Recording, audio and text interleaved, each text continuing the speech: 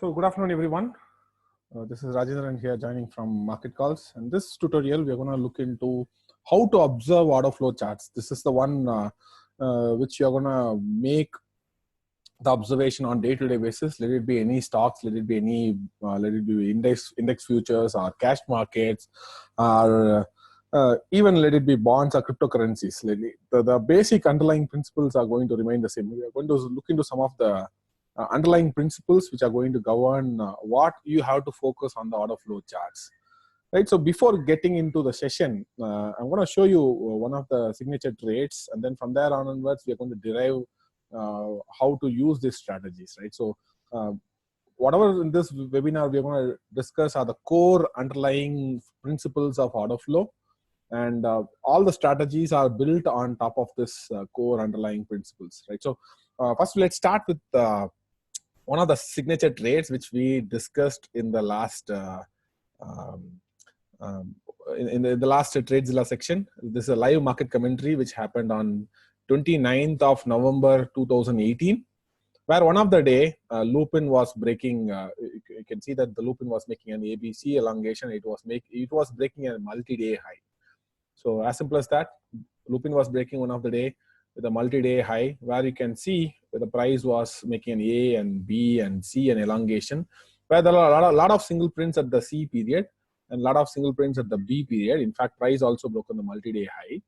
And let's observe how this price action happens and how you can use order flow to time the markets. Right, that's a strategy which I'm gonna run the video. Once the video is done, I'm going to explain from the backwards what are the principles we have to use, how you have to look for such kind of a momentum exhaustion. Right. So let me run this video here. Just keeps going up and up and up. 893.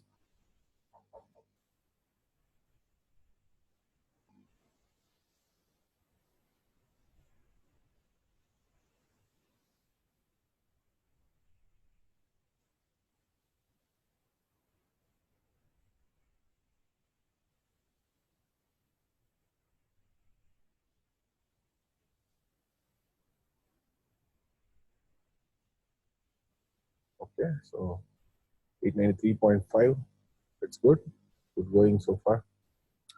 No more weakness yet at this point of time.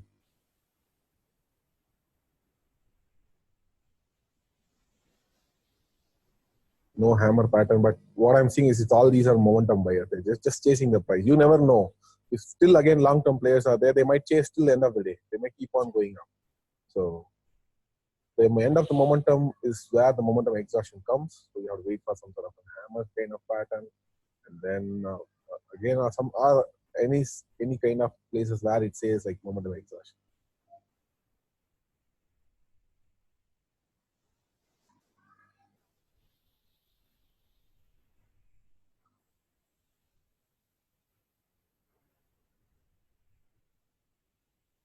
No weakness at another 5 minutes. The C period is about to end. Okay, some sort of hammer pattern. I mean, it's still not confirmed. I mean, we have another 2 more minutes to confirm. So, is this a hammer pattern? Then, if this candle ends like a hammer, then possibly we can suspect this as a potential top. And moreover, C period is also about to end. But yeah, let's see.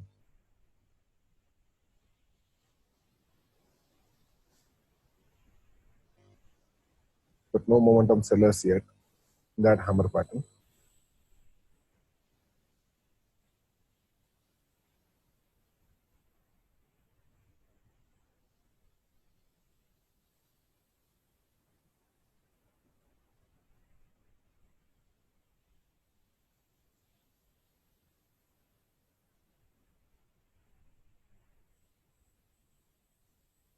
Some good sell-off there so far. And the C period about started. Despite all the positivity, the selling is happening. That is good. I think maybe in another 1 minute it's going to stop. So it's forming like a hammer so far. Yeah, so it's a hammer. right? So one of the places where you can use this as a reference. Now your stop will be pretty tight here. So maybe you can take a stop around 894 or somewhere, and you can take a trade over here. So there is some elongation over there. At the same time, I'm going to look into range bar charts. From the order flow, I'm not saying able to see any weakness as of now yet. So in that case, I'm going to look into range bar charts to check any weakness. But I can figure out that I can put a stop now here, and I can monitor C period is about to start, right? So there are a lot of single prints down there.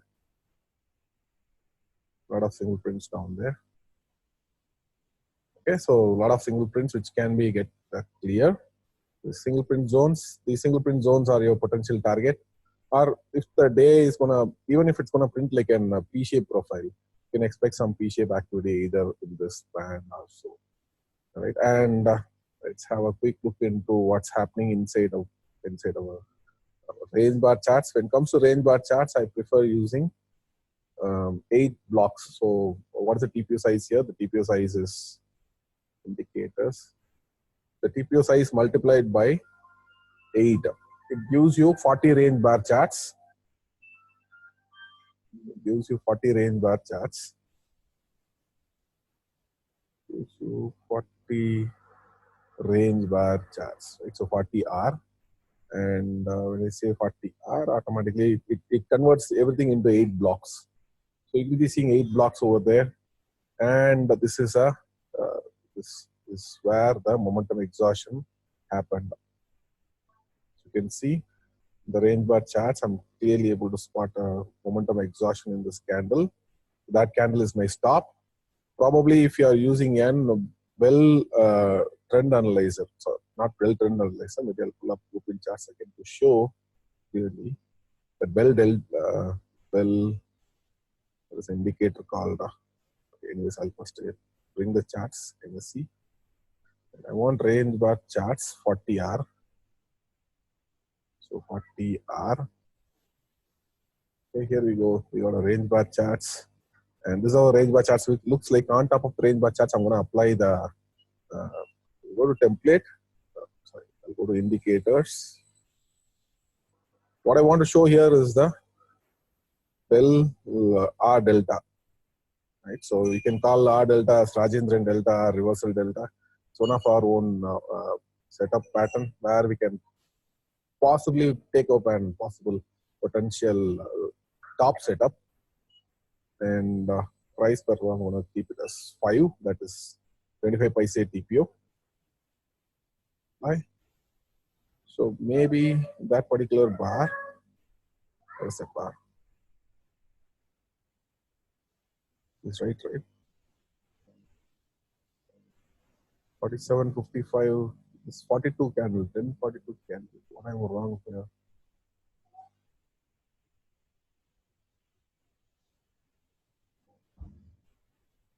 We'll add this chart indicators. I mean, as per me, that's a top. So I'll add value delta.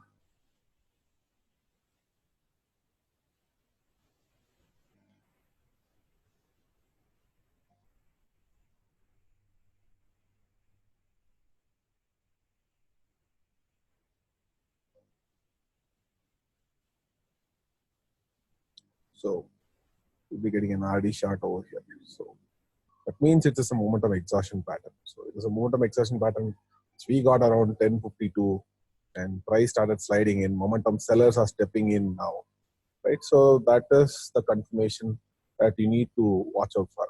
It's still, I mean, this 8 block range has to break again, and this momentum sellers has to stay. So far, I'm seeing some momentum sellers there.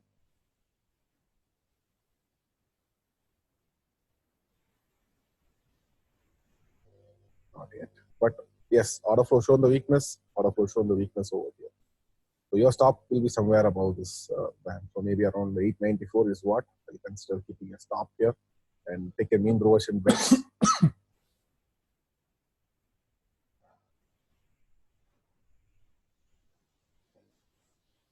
what's happening in Nifty? Buying Nifty continuing with the good odds. Keep going up. So not to fight. High confidence day.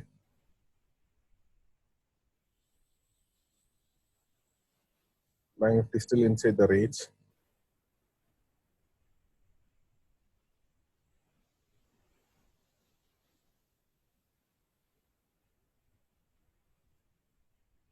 HDFC Bank, pay high and confidence. You have to be a fast trader and you have to attempt for the day. The single print. So I'm going to pass here. I'm going to show you how the day reacted to that. So that particular day, what happened is that particular day, that completely mean reversion happens and it cleared those single prints. Maybe I'll show you the price action from the candlestick perspective because I don't have access to the order flow charts now, but I can show you how the reaction happened on Lupin on that day. Is 30th. So 30th is where we had a 29th. 29th is where we had the 2-day or multi-day breakout. So it broke an almost 4-day high. So this is a day. This is a day where initially it forms like an ABC elongation. It forms an ABC elongation when it is breaking a multi-day high. And I'll show you 29th activity, 29th intraday activity. Let's go back to 1 minute chart of 29th.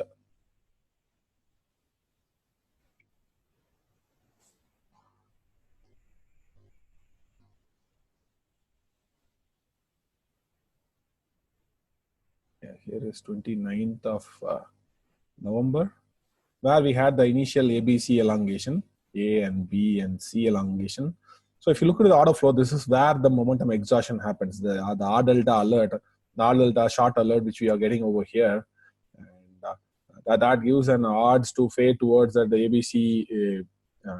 ABC elongation. So all the ABC elongation was up to here. That got clear. That's a pure intraday trade. And November month, we spotted 3 such opportunities, one in Nifty, another one in Reliance, another one in Lupin. So all the 3 are successful ABC elongation. All the 3 ABC elongation formed with a kind of an RD, all are multi-day breakout. First of all the ABC elongations are multi-day breakout. And all the ABC elongations ended up with some sort of a momentum exhaustion, which is confirmed from the order flow. And the mean reversion trade is which has been taken at the day high, and the price tend to mean revert towards the single print zones of the B and C price levels. That is the trade which happened in Lupin here. That is a trade which we done in November month in Reliance and in Nifty. So Nifty, I'll show you later on as the time permits. But as of now, the context here is that whenever a day is breaking multi-day high and it is forming an ABC elongation, right? So the first thing is that you have to learn to wait rather than jumping first. Wait for the C to nearing the completion and confirm from the order flow that RD short is getting in, or if you don't have access to the R delta setup, confirm from the order flow that momentum exhaustion pattern is happening. So I'm going to discuss about that momentum exhaustion pattern, how it is going to how you can identify momentum exhaustion pattern. Momentum exhaustion, again, it happens everywhere, but we are not interested at every other places, but we are mostly interested if there is an ABC elongation is happening, and is the day the C period high is happening with the momentum exhaustion or not. So wait for that momentum exhaustion. Momentum exhaustion happens, enter into the trade, or you can also find at times the kind of a hammer pattern. A kind of a hammer pattern on a 3-minute charts, you'll be able to figure out the hammer pattern, and that is where you can also figure out that is a momentum exhaustion is happening from the 3-minute charts. You'll be seeing as a hammer. Whereas if you are using a range bar charts, you'll be clearly able to identify that momentum exhaustion happening from the order flow charts. So the momentum exhaustion happens in the form of it's one of the pattern, one of the signature trades over here, where I'll show you.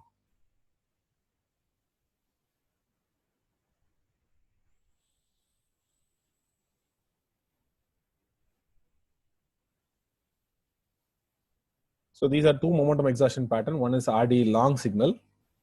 It is a zone where short sellers are getting exhausted.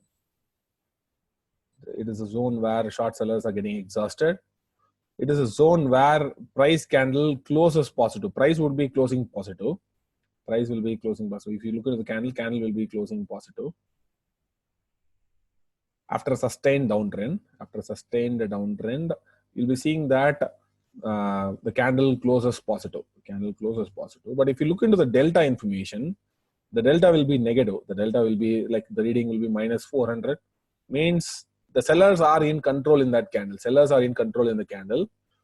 And there is a minimum delta. So there is something called minimum delta. The minimum delta is negative, maybe something like minus 600. And the max delta is 0. Max delta is 0. So if you understand what is minimum delta and maximum delta, so minimum delta is nothing but it always, when the delta starts, it has an opening value. Delta has an opening value. For any bar, delta will have an opening value, and it will have a closing value, and it has a high and low. Close, it has a high value, and it has a low value. That delta low is called as the minimum delta. That delta high is called as the max delta. Means, for example, let's say a price is moving up and down in a 5-minute candle like this.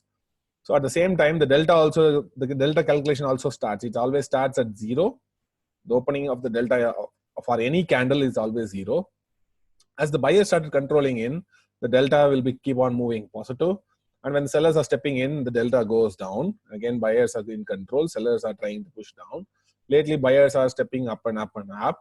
So delta will have some values. If the buyers are in control, probably we can say like 500 buyers, total buyers control the day. Right? So this is price and this is the delta. So price also ends up and delta also goes up. So the maximum delta is where we call it as a max delta, the maximum high of the delta which has been reached. And the minimum delta which has been reached, maybe it would have been reached only minus 100.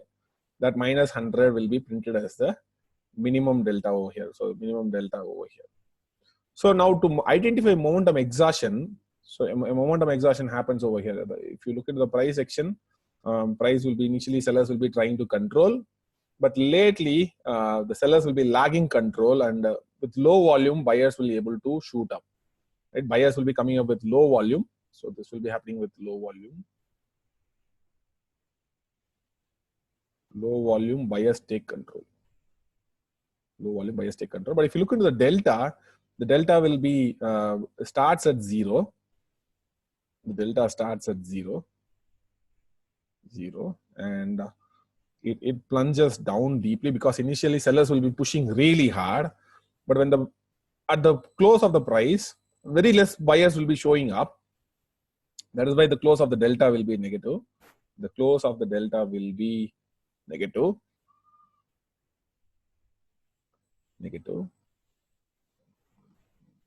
Right? That's how the momentum exhaustion pattern happens. If you look at the delta, the overall delta will be negative. That means the closing delta, whatever the delta which we are seeing is nothing but the close of the delta will be negative.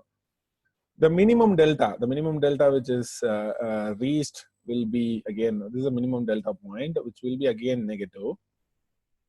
And the max delta will be 0. The max delta, that is from 0, right from the start, the sellers are pushing the price down. And lately, some small buyers are able to push the price really up. That is why you are getting a positive candle.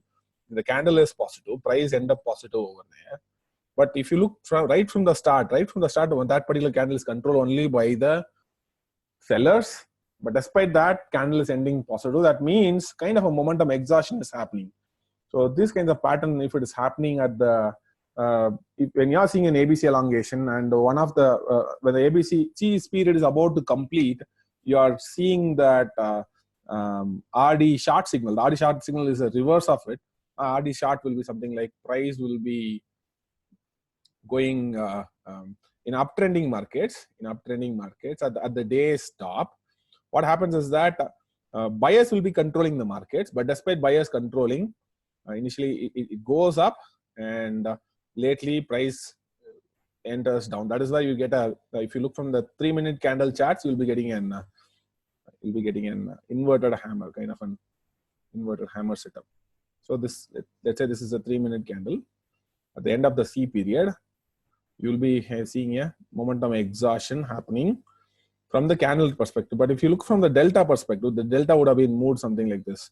Initially, it starts at 0.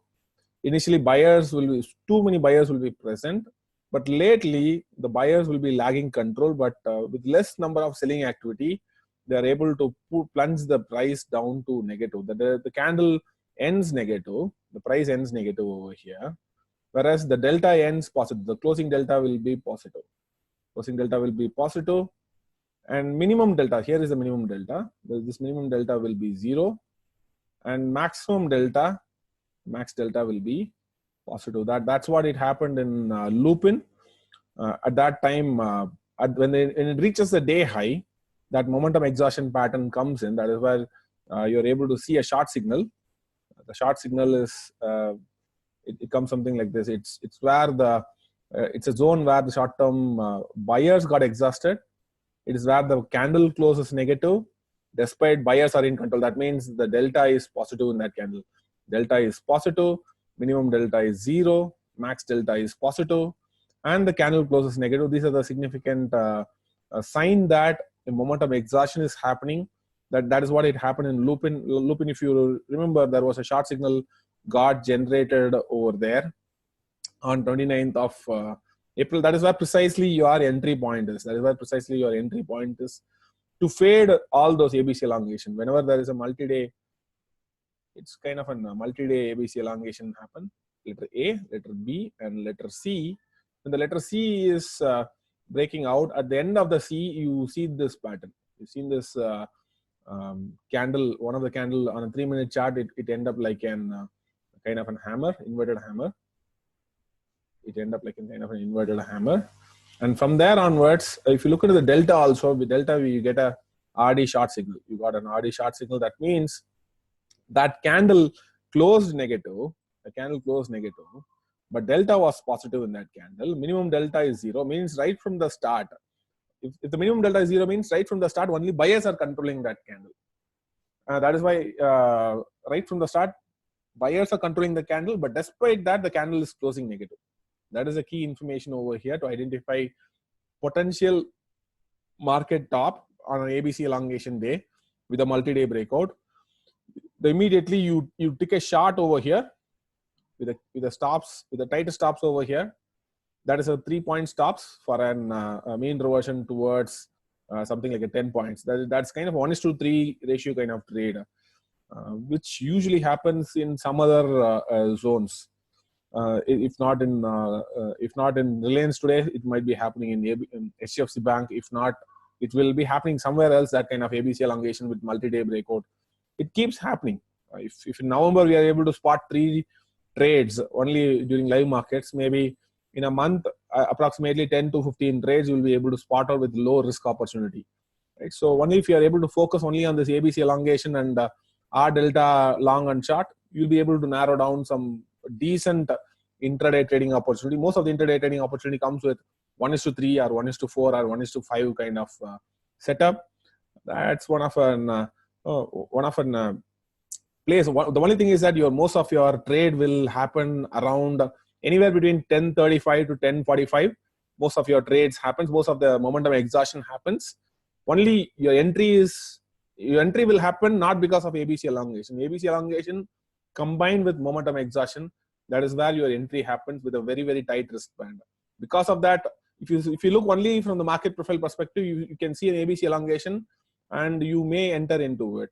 But if you have a control of order flow, you can even time those trades as well.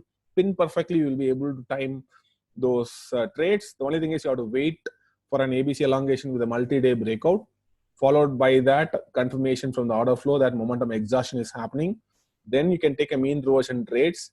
Your target levels are nothing but the clearance of those single prints. Since the ABC elongations are bigger price elongation, you will get a significant risk reward ratio opportunity to fade those. You can expect a good counter move to fade those B and C period single prints. Maybe I'll show you one of the example from Reliance also. Reliance also, it happened on Reliance. Let me go to Reliance charts. Reliance, one of the day it was breaking multi-day breakout in November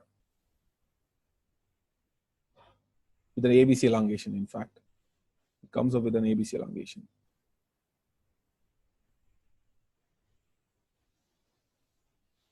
November, it broke a multi-day breakout. But possibly, I think this could be the day. There is one multi-day breakout was here. There is one more multi-day breakout. I think possibly this is either this haven't broken multi-day. This broke on the multi-day. So 16th of November, I'm going to pull out 16th of November charts to show you how the activity happened. 16th of November.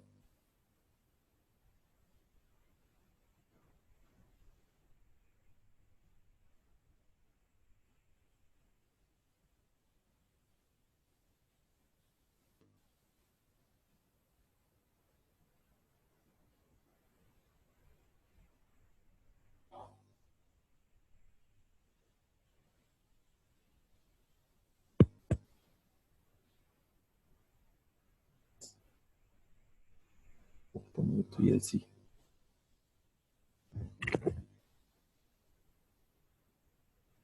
It's the same similar pattern.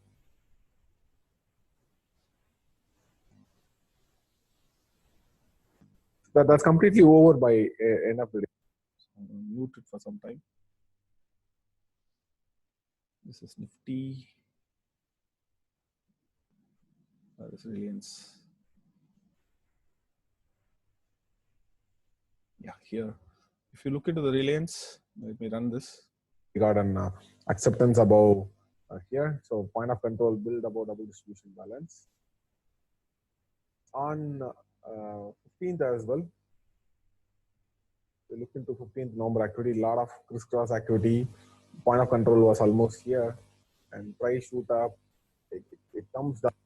So note down the time. Time is 11:22. Right? It was in the process of making an ABC elongation. That's the time. So let me continue the video. Point of control, it's very confusing over here. Point of control got built below the double distribution balance very slightly, just 2 points down below the double distribution balance. I would say that acceptance came in, but at the same time, if you look into the structure, the day structure here at the day's high, A, J, L, all are having exactly matching reference. So mostly short-term players, weaker hands used to sell like this. We already seen a similar example in Nifty, right? I think it is Nifty or some other charts. I think it is Nifty, I guess. Yeah, here. We've seen a similar example here in Nifty as well. See this. Similarly, letters C, D, E are exactly having matching reference. It's a poor high, but it is from the weaker hand players. Every time the price reaches the day high, someone is coming and shorting this market. So despite having all these odds, you have to carry forward this information, which is very critical here. Letter A, J, and L, which says that we are dealing with the weaker hand sellers. Who are trying to push below the double distribution balance are most weaker hand sellers. So if the confidence is turning higher, stay away from starting again. Mostly everyone will have a stop. And market would be serious enough to take the stop. What today happened is again a kind of a stop hunting. Similar kind of structure was there in Nifty, but it was kind of a weaker high. So by this way, we'll be able to understand where stops could be forming in the market. So they took a 2-day high, and still they are going up. There are a lot of single prints. So they took a 2-day high, and one of the other thing what I have to monitor is the price is coming down. This level has to be monitored. So far, it's a high confidence market. Don't fight it. Let the market settle on its own, right? So again, there is one more. It's straight away going up, but there are odds that these single prints can get clear and price can got back into the range. That odd is there. because it's still going up without rotation. So it's not a good place to short, but you should be waiting for some more extension. Let's say the C period is going for some more or bigger high, then you can expect the rotations. You can go and say like if it's the ABC, it is what it's more of an ABC elongation. Odds of price coming in. What if the day is not an single print day? So you can go and fade it. Or the other case is that it could turn out to be an so we got an extension and we are trying to short here, and they could turn out to be a dull, boring day lately, and it could turn to be a P-shaped profile. That's a case, positional shorts are not at all advised. In fact, price has been taken out multiple day high. So not only 2-day high, it took 1, 2, 3, 4, 5. 5-day high has been taken out. So 5-day high has to be monitored. Price has the odds of coming back below 5-day high. So it's an ABC elongation so far. Still one have to wait for the C period to end.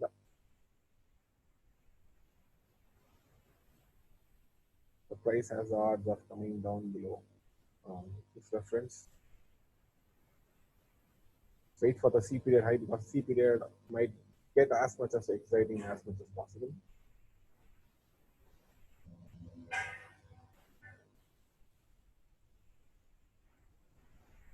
So these are still high confidence markets, so you should not fight. And if you want to fight, you have to be a fast trader here. Let's say you're getting extension, you try to short here, and it's not working. You have to step away. Right? You cannot be a slow trader over here. So, but you can only bet on the odds that the single prints in C period could get cleared, and in the best case you can still get a single print clearance of the B. So maybe the second half would be coming and doing something like this.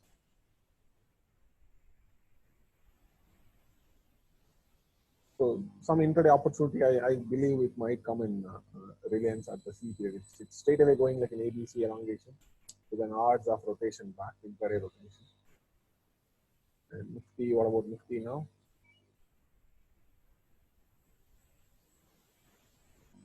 Nifty still left one blue. Price is still not willing to come down. They're doing activity higher.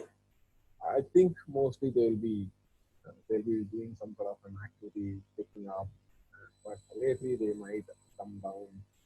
Post 130, they might come and put this reference, or they might be doing a lot many even more and more intraday player might come and join, and that is where you can come and try to attempt to fade these zones.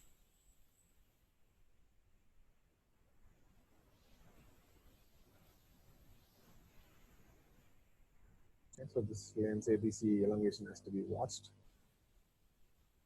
Open activity is building higher. Momentum trading is here. Yesterday also momentum trading came after the rally high. I want to remove this reference. It's no more active. And today's reference, active reference, it took 3-day high. Right? So it means it is initially high confidence. The weaker low. I mean, these kinds of activity has to trail. So these are the cases you should not fight, but you should be ready to fight once the C period is over and these started coming in. And that is where you should be able to look for mean reversion. Until then, ABC elongation,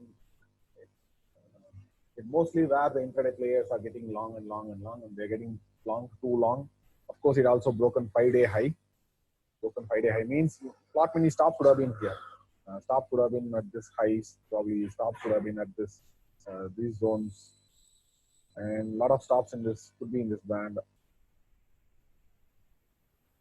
The price would have been took all the weaker hand short sellers.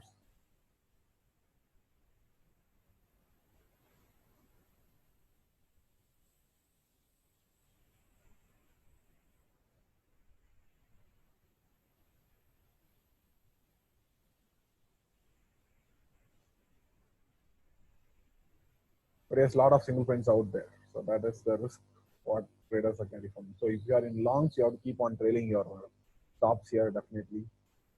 Because there are odds that whatever the gains you got in the morning would have been, obviously could have been lost. So maybe price might come in and revisit this band that probability is always there. So what you have to do is that you can use some stop loss like super trend or something like that. You can trail it. So these kinds of activity has to trail because market is moving good. You see the action A, B, C. Players are highly confident, but this is not a good way of buying. Price cannot just like that never keeps going up and up and up. Right? If it keeps going up and up and up, you have to be in a position to monitor and look for mean reversion opportunity. So this is very high confidence market. Don't fight it, but it could stop at C period because it's becoming an ABC kind of elongation, and that becomes so you can, if you are in the long side, you should be using some sort of a trailing stop loss, or if you want to short this kind of market, you have to be a fast trader. You have to wait for the C period to end because, as I said, the C period can spike up as much as possible to scare everyone. You never know how far they could spike, but they are in a spiking mode.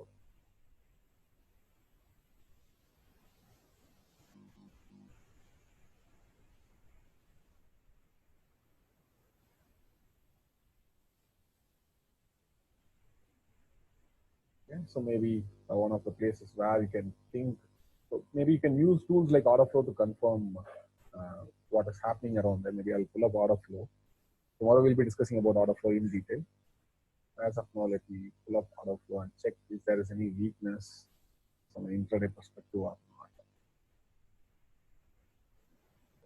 I'll be mostly using 5-minute time frame kind of charts. 5-minute.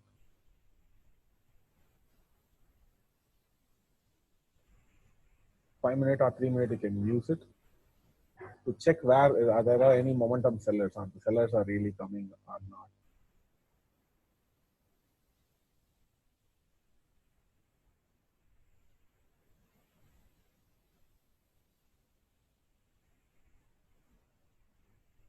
And it goes. Maybe I think we might be getting some selling pressure over here. Let me check with confirm with Reliance. I think by adding bell order flow or bell delta.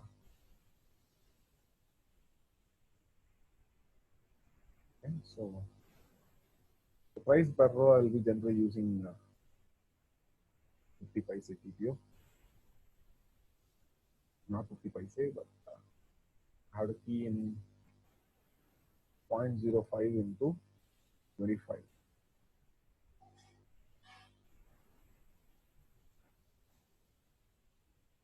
10, I believe. 10 is 50 paise. I think that is a selling pressure, but let's confirm with the order flow that it's a selling pressure. I mostly used to prefer bid-ask imbalance. Okay, I'll talk about it tomorrow in detail.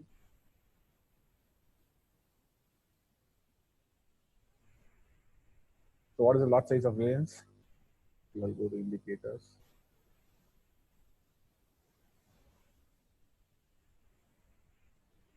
I'll say 10 times of volume. And lot size is, lot size I can key in the lot size using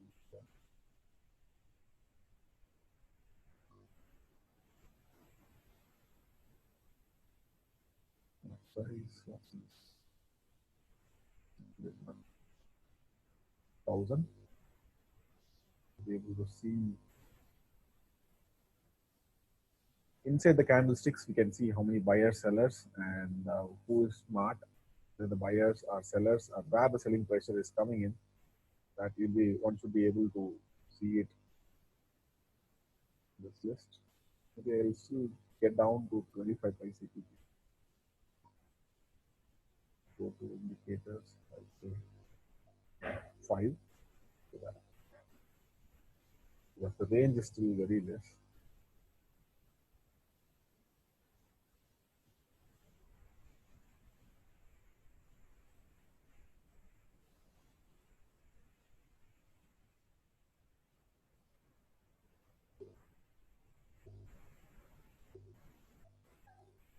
Probably any momentum selling from big sellers are coming here. Maybe So you see this quantity, some 2000 sellers, selling activity has been happening. Selling is quite big there in this candle. I'm not able to show here, but selling was really big in this candle. It's 2000 quantity here. Some big sellers entered over here. It's 2000 sellers. So this place has to be checked so far. So if I am seeing a lot of 3 or more than 3 candles of selling activity, then probably some big selling activity was happening. As of now, it's still not confirmed. Maybe when the candle ends, if you're seeing more selling activity in this candle, of course, big seller entered here. That doesn't mean like you should go and short immediately. So it is one information what says that some big seller entered here. You never know what is the time frame they're going to hold. You never know whether they will be holding for 1 year, or you never know whether they are intraday players. But one large quantity entered over here at W157. That doesn't mean like immediately price will go down, but followed by that, if there is a follow through, sellers are coming in, not many sellers are coming in, then probably we can say that it's a high confidence. They're mostly high confidence sellers.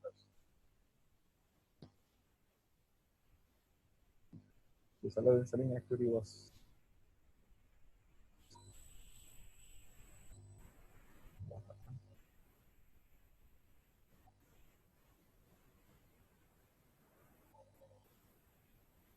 some big selling quantity at least here. Yeah, you can see at least as of now, time being, the 5-minute bar, it still takes 3 minutes to complete, but I'm seeing a lot of selling, stack selling here, stack selling here, stack selling here. So if you are seeing most, they generally, when these kinds of signal happens, the mean reversion, the primary activity will be, there'll be a mean reversion towards the VWAP. There will be an intraday mean reversion towards VWAP. VWAP is around here, to the reference level 118 or somewhere. You can expect the mean reversion. That also says like the letter AB can be get cleared. That also says like, see the profile, a lot of single prints around there. Maybe now the letter D is going to stop. So when the letter D starts, it clears the single prints. And I'm seeing momentum exhaustion there from order flow, of course, at least. And in a good case, it also moved towards clearing those single prints. So that is odd from an intraday perspective. This is odd you can think at this case. Okay. Now I'll show you how the 16th November day spanned out. Okay, so I'll go and show you from the candlestick charts. So candlestick charts, I'll go and show you 1 minute time frame on 16th of November.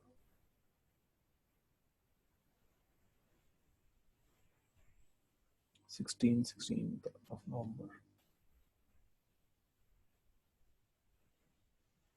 Now here is 16th of November. You can see this is where the ABC elongation happened. The entire ABC elongation happened. The ABC elongation happened till the day high was happened around 10:35, and we got a hammer setup also on a 3-minute chart. The same hammer pattern we got it, and you see the price activity here, which happened till 12 o'clock. It clears almost all the ABC single prints. All the ABC single prints it got cleared by revisiting the price 1115. So that's a 15-point opportunity in Reliance.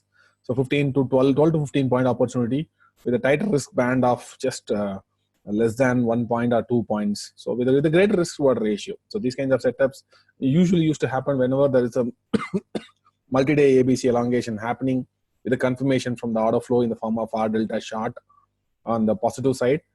If it's on the reverse side, you will be getting R delta long, where it's nothing but a momentum exhaustion setup as we discussed. So it uses the combinations of delta patterns. The delta will be extremely positive or extremely negative, but despite that, the candle will be moving on the other side. That primarily shows that the buyer exhaustion or seller exhaustion is happening. You have a very good control over these kinds of trade setups in targeting towards the VWAP levels or targeting towards the clearance of the B and C single prints with a greater confidence, right? So we already talked about which ABC elongation to take, which ABC elongation not to take. So those ABC elongation with the multi-day breakouts are the mean reversion setups. The confirmation here, we are using R delta alerts to take a confirmation over here, right? And you during the intraday period, you will have an ample amount of time to set up your, if you're watching in market profile, markets will give you ample amount of time to set up your order flow charts and to get a confirmation from the order flow charts.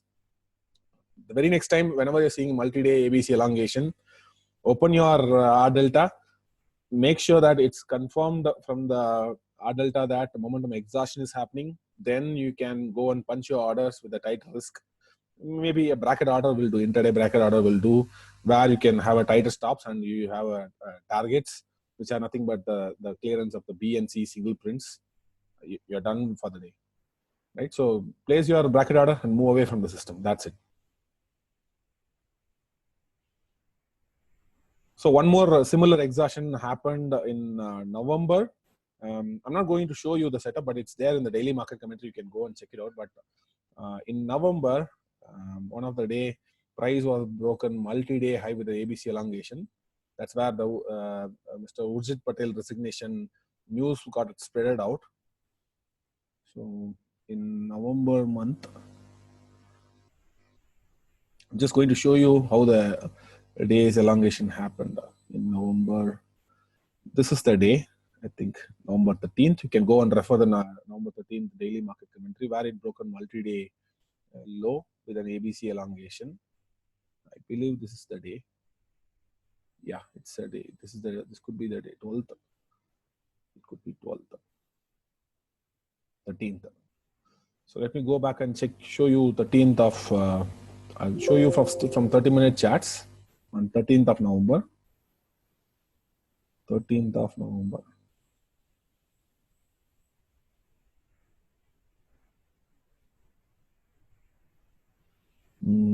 It's not 13th of November.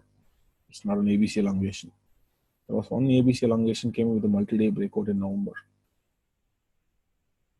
Which day it could be? Market December. Election day. Election results day. No, I'm not talking about. There is one more day where Urjit Patel resignation is confirmed. Very first rumor came. Second rumor, that's an first time Urjit Patel resignation. He said like he's going to resign. That is the first thing he said. Like the second time he actually resigned. It came up with a multi-day breakout. ABC elongation. Probably I think this should be the day, or otherwise 26th of November. But 26th of November is not a multi-day breakout. It is a multi-day breakout on the downside. Okay, maybe I think it's 12th of. It looks like 12th of November. Yeah.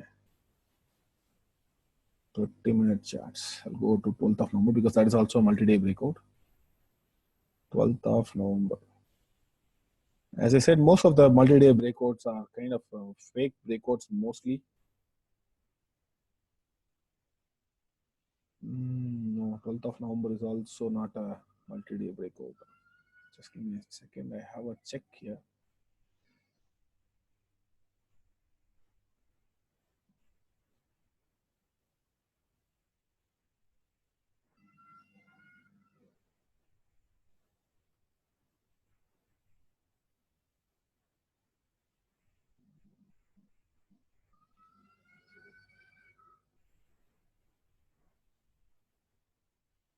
Fourth of November it is. Okay, so 4th of November. Here it is.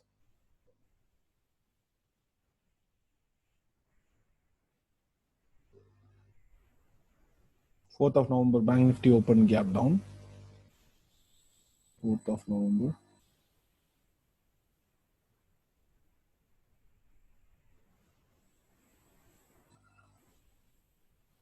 Fourth of November or 31st October? It says 31st October. Okay, 31st October, but I written a post on 4th of November. Let me go and check 4th of.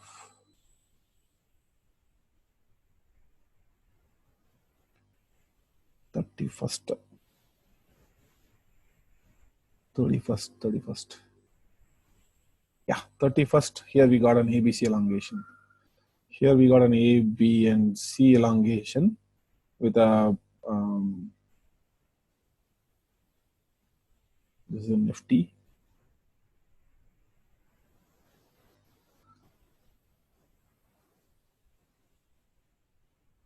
But it's not a multi-day breakout.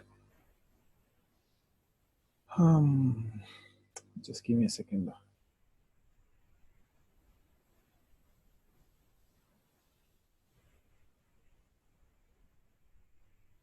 Let me go and check 31st.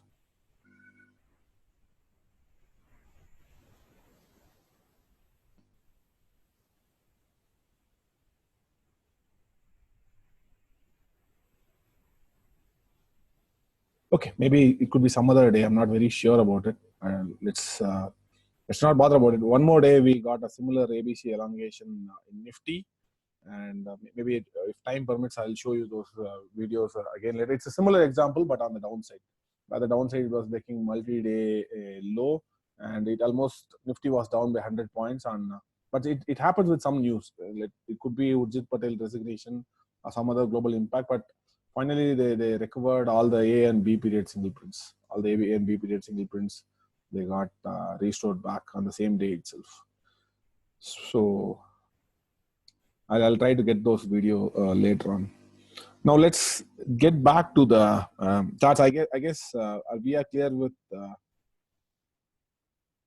the RD long and RD short signals. I'm going to show you next week. I'm going to show you a couple of more signals based on not one. This is only based on ABC elongation, but we use RD short and RD short signal and RD long signal in tandem with some other context as well.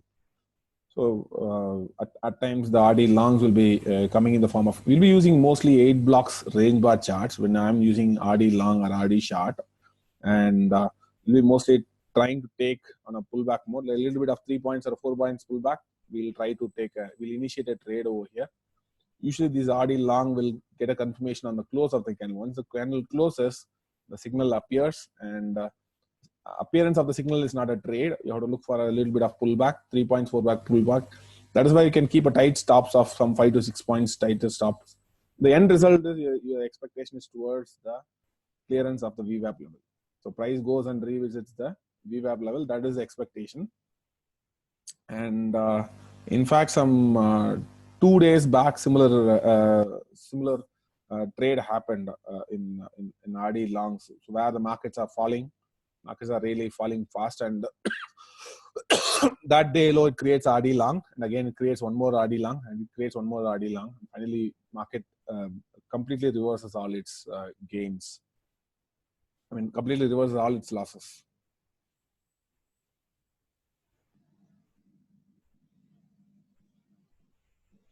Also, does it R delta works on any other order flow?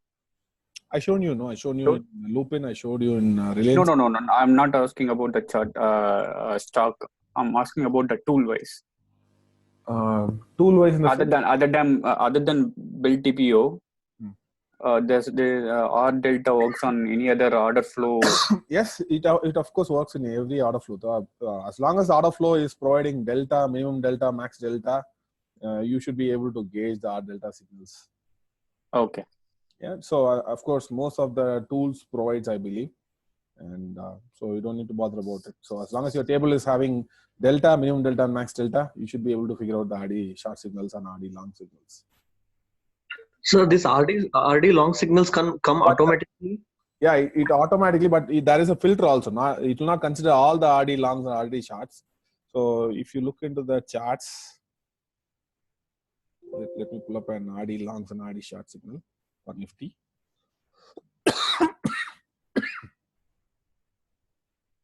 I'll show you how to set up RD longs and RD short. First, let me pull up Nifty futures. Nifty futures.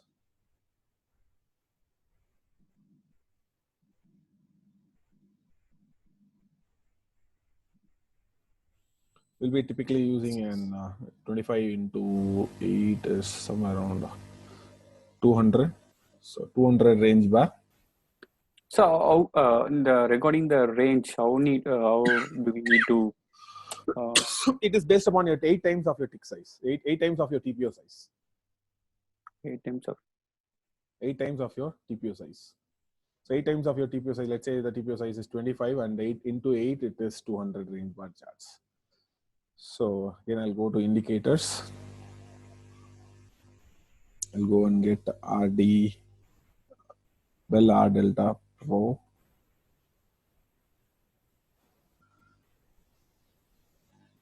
Make it as a TPO size of, the default tick size is 25. You can use 20 or 25.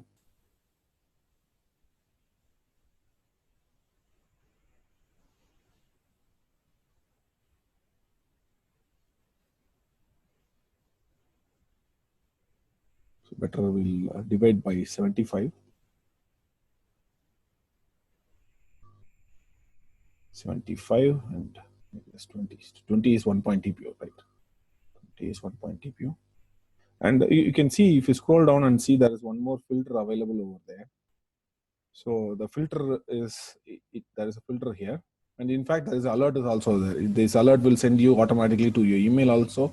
It sends you a sound alert also. So, there is all delta signal alert is there, it alerts you. And so there is a POC offset alert is there. What does it means is that it looks for it. This is in terms of percentage terms, 0.15%. That is if you look in terms of Nifty, the R delta signal should form that the distance between the signal and the VWAP levels, the signal distance between the signal and VWAP level should be a minimum of 0.5. Then only it generates an alert. Otherwise, it doesn't generate any alert at all. So it generates an RD long signal.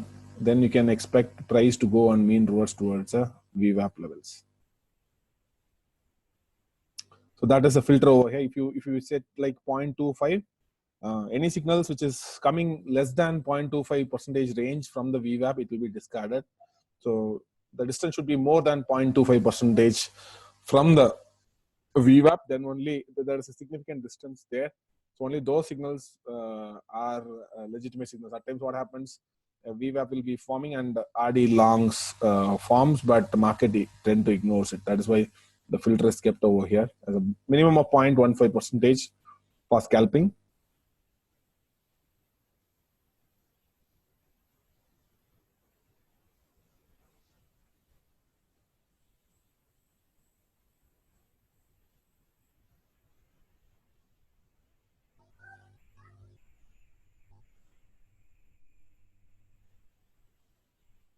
So something like this, there is RD long, and usually it goes and clears the VWAP levels. So when the RD signal long generates, you have to look into. So what is happening is that the delta is negative, right? So that is first thing. Second thing is minimum delta is 0, max delta is negative, and despite that, the candle is closing positive. That is a sign of a momentum exhaustion. That is where the RD long signal gets generated, and your stops has to be placed below that. But it's not when this candle completes, only you'll get a signal. What you have to do is that you have to wait for 2 or 3 points dip, and that is why you have to enter into the trade, or you can put a limit order, wait for the price to do some pullback, enter on that. That is why your risk will be 5 points, or at times it can go as low as 2 points also. Your stop loss can go as low as 2 points also, and usually it tend to mean towards the VWAP levels. So VWAP level is done, you are done for the day, right? So this VWAP level is done, usually you're out of the game. So mostly your approach will be somewhere between 15 to 20, 25 points is what maximum you will be able to get from this kind of trades. But with the risk element is very, very less over here. 4 to 5 point tighter risk, you'll be able to manage to take such a scalping opportunity. Right. So this is the trade which generated around 2:30 on last Friday.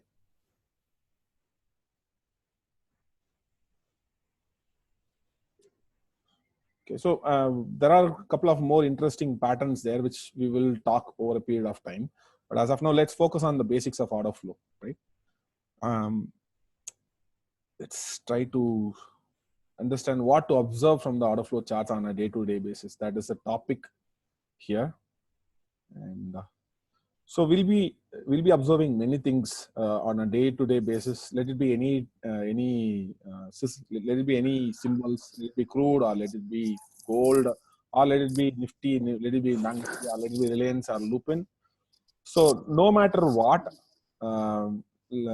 what we'll be mostly looking here is we'll be looking for a strong auction. What kind of auction is prevailing? Whether it's a strong auction is prevailing or a weak auction is prevailing.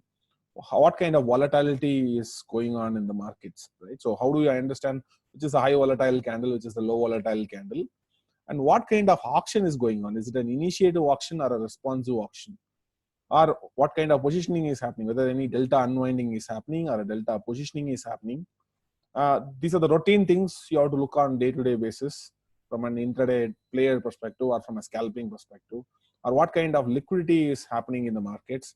Is the liquidity flow is really good, or if the liquidity flow is not much, it's low volume transaction is happening. That usually shows low liquidity transactions. And are there any trap buyers or trap sellers is going on, or exhaustion high or exhaustion low? These are the exhaustion high and exhaustion low are mostly because of the stop hunting happen. You're seeing a lot of zero liquidity zones where the order flow will be printing a lot of zeros. Are there any such zeros are getting printed? And where is your high volume area and low volume area? So based on this, these are some of the setup of principles we are going to observe. And other than that, next week we will be discussing another couple of parameters, right? Which will another 5 to 10 parameters, which we will be monitoring on day-to-day basis. In today's section, we are going to discuss only these 10 principles, and another 5 to 10 principles will be adding up. So all the trading strategies are built on this core 10 to 20 trading principles. So if you learn to understand what kind of flow we are seeing in for the day, you'll be able to strategize when to enter into the trade, when to exit into the when to exit the trades. You will have a fair idea once you learn the key core principles of order flow. That's what helps you to observe order flow for any kind of trading instruments, right? So we'll do one thing. We'll take a 15-minute break here, and we come back again by 3:25, and we'll discuss about all these key core principles. So these key core principles are very much, it sets the basic foundation study for observing any order flow charts, right? Until then, I'll be on mute. Once we come back, we'll talk about all these concepts in detail. So let's start the session here. First, we'll talk about the strong auction and a weak auction. Just like we discussed yesterday about strong auction and weak auction in market profile, where we discussed about the single prints, right? So single prints are one-time framing are a sign of a strength. Here as well, the same concepts apply over here. A strong auction, how we can differentiate is that we'll try to understand how the interaction between the buyers and sellers are happening.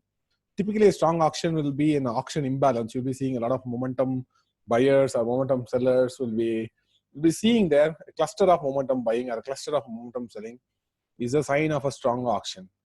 And typically, you'll be seeing a high one-time framing, high volume, and high delta. All these are sign of a stronger auctions. A weaker auction is something like you'll be seeing an overlap in the price rotations, typically low volume or a low delta. So these are the signs of a weaker auction. These are the, again, core foundation principles of order flow. And if you look into the charts here, you can see the one-time framing is happening. What is one-time framing? It continuously makes in uptrend, it continuously makes lower, higher lows, continuously make higher lows, continuously make higher lows, continuously makes higher lows. It keeps on going up. So this auction is considered as a stronger auction, where it comes in the form of a one-time framing. Whereas if you look into the weaker auctions, here, the weaker auction. So this is again a sign of a stronger auction, which is where the one-time framing down is happening. The price is one-time framing down. So it's either one-time framing down. It's continuously making higher lows, lower highs, continuously making the lower highs, and lower highs again, lower highs again. Finally, the one-time framing came to a break. So these are the signs of a strong auctions on the downside. But if you look into the weaker auctions typically you'll be finding a lot of rotations. You can see overlapping, kind of overlapping, overlapping, again overlapping. It went down, again overlapping. So these are signs of weaker auctions where you will be seeing a very less delta here. The delta was 63, 149, 42, and 85, minus 73. So these are signs that nobody is in control in the markets. And typically more the overlapping you're going to see, more the weaker auctions it's supposed to be. Next comes the volatility. And volatility is not an uptrend or a downtrend. It doesn't talk about the market direction. Volatility is nothing but the range. So on a high volatile days, usually the trading range will be higher. So something like if it is 5-minute charts, you can say like these are low volatile candles. So these are low volatile candles because the range in that 5-minute chart is very less.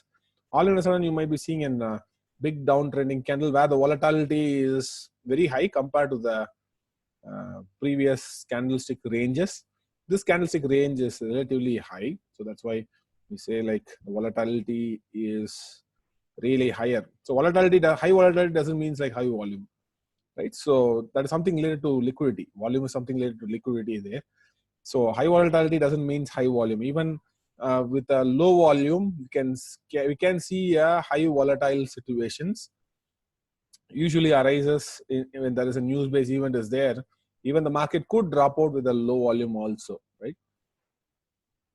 There are days we had seen 2 days breakout has been happened with a very, very low volume. Generally, market opens casually and it breaks 2-day low, but at a lower volume.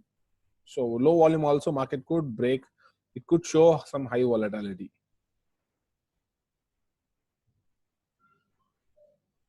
Usually in a high volatile situations, you will be seeing a higher trading range, and in a low, if you are seeing a low trading range, you will be say like it's a low volatile situations. So typically, I would like to show an example from the Bitcoin charts. So the Bitcoin charts where to explain this, Bitcoin daily charts will help you out. So trading view,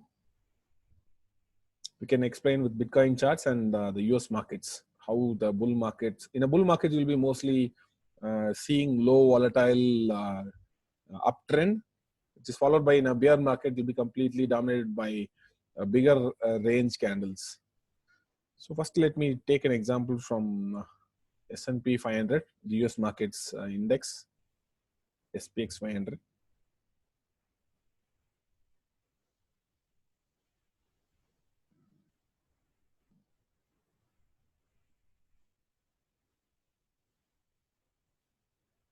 Let's go and check the daily candles.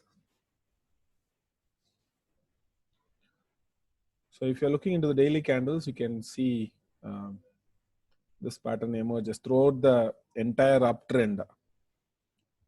Compress.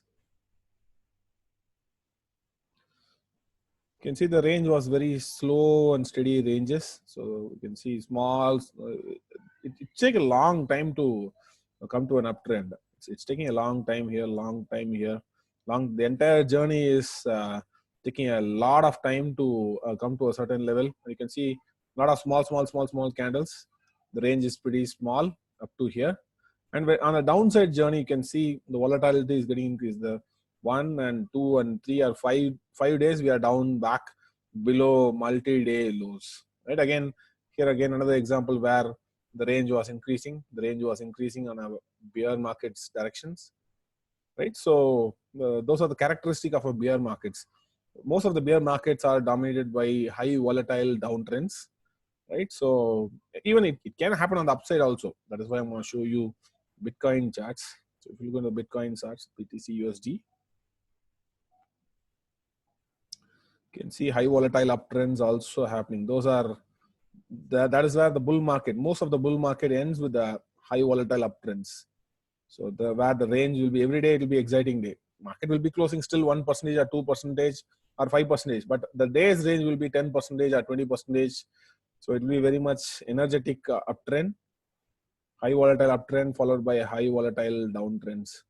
That's what the Bitcoin showed up. And lately, you can see the Bitcoins, the initial phases, you can see a low volatile trends where the range was initially lower. But as the market keeps going up, it started showing high volatile in this phase. High volatile uptrend followed by a high volatile downtrend. That is what it is. It happened so far. And again, volatility also moves in cycles. High volatility moves to low volatility. You can see a phase of low volatility, dullness, boringness in this band. This is almost, this entire phase was almost 3 months. Nothing was happening. Market was totally compressed in Bitcoin. And finally, it started breaking down. And still, it is moving in a low volatile. If you still ask me, still the downtrend is going on with the low volatility. So what kind of volatility we are in, which is good to observe from the order flow charts also. So high volatile zones are defined by bigger range bars. That the candle range will be very much bigger, and the lower ranges are where the low volatile situations are. On top of this volatility, we have one more strategy called momentum auction reversal. That is one more reversal setup, which I'm going to show you how it looks like. I have a video also. I recorded a video here. Let's check out.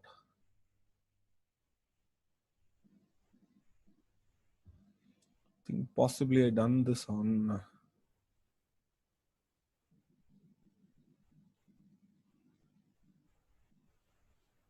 maybe this.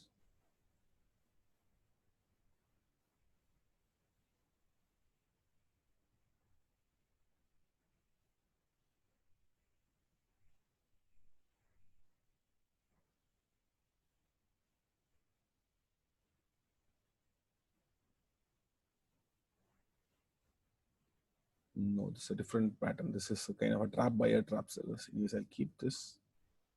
This is a different setup, which I want to talk about. This is one of the signature trades. One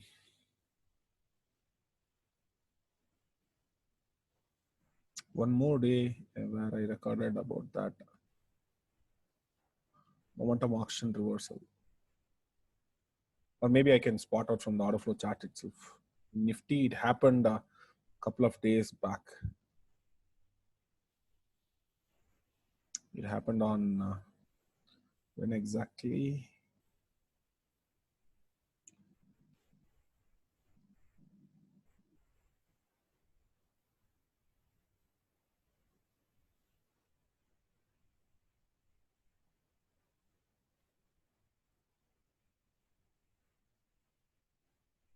Yeah, it happened on 9th of Jan. So let me go back to 9th of Jan. You can see here initially price was dropping down. And here we got a momentum auction reversal setup where the volatility was really big and it bounces back. So let me try to show. So the time was around, if we try to simulate if possible, the time was around 12:44 and probably around 12:44 we got the momentum auction reversal on 9th of Jan. So let me try to simulate the market activity. What I'm going to do is that I'm going to disconnect the data here. Already disconnected. So I'm going to remove all the other charts because it's going to take a lot of memory when you're running a playback. When you're running a playback, it's better to close all the other charts. Keep only what is necessary.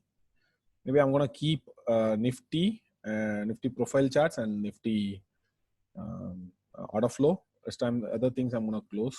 I'm going to close everything.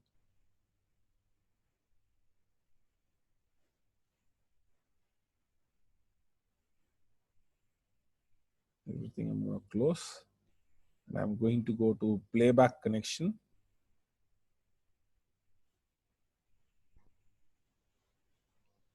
Connection, playback.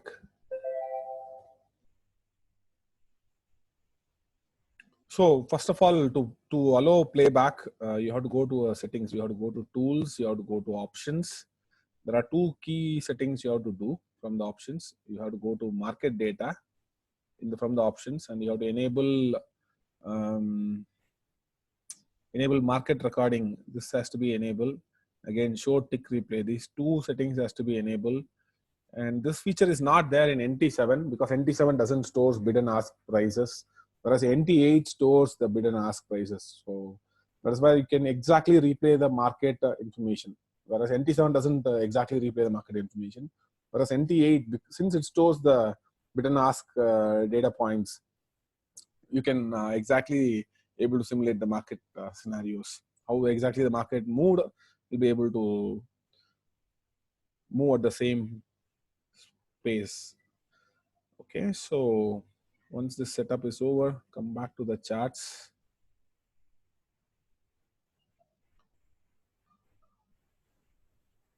Here's the playback. I want to simulate on January 9th. It's January 9th, right? January 9th.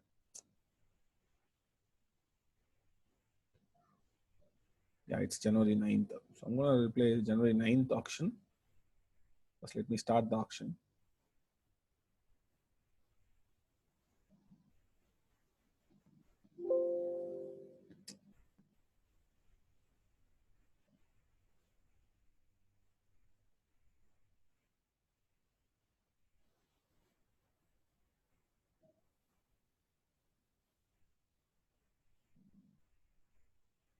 Try to play.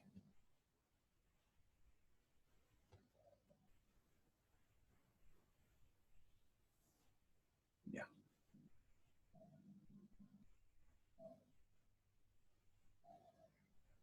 So the auction started. I have to speed up the auction so that I'll move to around 12:44 is where the momentum exhaustion happened. So I'm running at a 100x speed.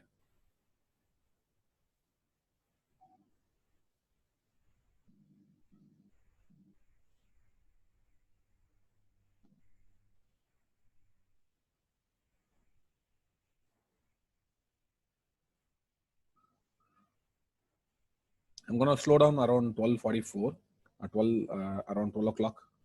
I'll slow down from there onwards. We'll look into it. So usually we are in a 5-minute charts. You can see that the usual volume, the lower is what you're seeing the volume here.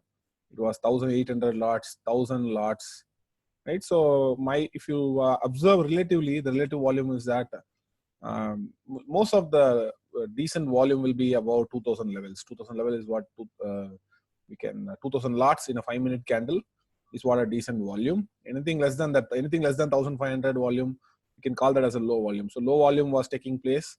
You can see only 800 lots got traded in this candle. Another so far only 72, 342. So another 500, another 600 lots got traded. The second candle, 715 lots got traded in the low candles. So all these are low volume candles. You can see a lot of low volume candles are happening and markets are getting into sideways mode. This is a weaker auction. This is not a stronger auction. This is totally a weaker auction. And lower the volume means lower the liquidity is there. The buyer and sellers interaction is not good. More the buyers and sellers interaction, it will turn out into a business. It turns into a good volume. But you can see here as the auction is completely getting into a sideways till 12 o'clock. I'm going to reduce the speed of auction by 50 times.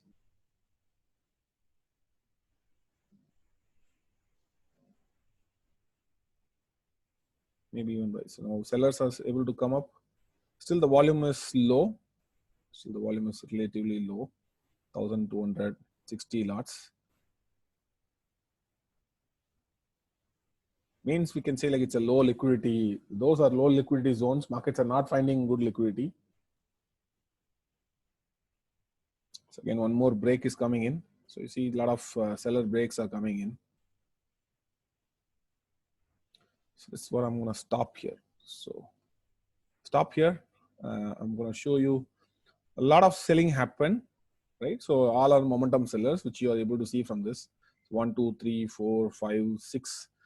It's a big range candle also, right? So when you're seeing that kind of big range candle, you see the volume was 2,916. It's a good volume. It's a good volume. Selling also happened. Good selling happened. The volatility was very big. So the volatility, you see the volatility, it's almost went down how many points? 1866. That we can term it as a good volume. But then at the same time, it also got stopped. It also got stopped. It's almost 25-point range. That range is a bigger range because previous candle are having 5 points range, 8-point range, or a 10-point range. That is the kind of range which was going on over there. The volatility was big. Momentum sellers are there. Delta is big. Volume is relatively decent. It's more than 2,500 or 3,000. Look at the next candle. Despite all the sellers' effort, the buyers are able to take control. We got a positive delta. That is fine. And the volume is more or less 1,500 plus, which is a kind of a stopping volume. All the sellers' effect, who was the sellers present there, they are pushing the market down with a really big volatility. And the very next candle, you are getting an inside bar, and that candle is closing positive. It is a sign that it is we call that as a momentum auction reversal, right? So momentum auction reversal is one of the stopping zones where you find a scalping opportunity to fade towards the VWAP levels. So by this time, if you measure, the VWAP levels are somewhere around 10,880 levels. So that difference is your target zone. The 10,880 is your target zone. At times, market could go a little bit higher, but that's fine. So once you're done with the VWAP levels, you should be out of the game. Or probably that VWAP levels, you can use it as a partial booking zone, and you should be out of the game here. So let me simulate the auction further. I'll go down and I'll run at 20x. Probably at 10x, I'll run it. So your stop loss is below this reference level. So maybe I'll draw a reference level showing the stops. So this is your stop zone. This candle low is your stop zone. So I'm going to pause here. I'm going to explain. First of all, you see this one. There is a 1 here. It's supposed to be a 0. That is, we call it as what? Anybody able to remember? In the morning I said unfinished business. Yeah, it's unfinished business. First thing market will do is that it goes and clears that reference because there is a momentum auction reversal is also going on. So that is the only reason I said like not every momentum is a selling momentum. So there is a sellers are there, but then all of a sudden the next bar you are getting an inside bar. And that selling momentum is happening with a strong volatility. All the seller efforts are counterattacked by with the low volume buyers, right? So not a low volume, but a decent volume there. All the sellers' effect has been stopped there. That is what it gives you mean reversion opportunity to fade towards the 10,880 levels, which we discussed in the Slack also. When the opportunity came, I posted in the Slack as well. Now I'll simulate the auction. So there was one more unfinished business is over there.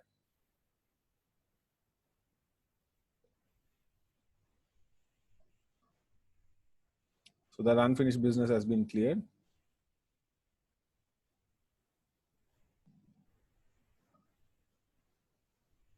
So these are fast trades. Usually the target will be achieved in anywhere between 15 to 30 minutes.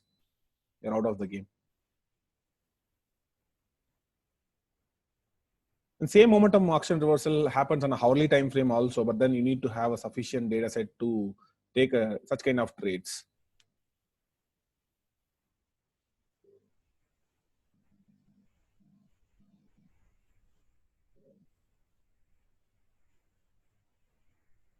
You see that further volatility is usually the market goes up with low volatile candles.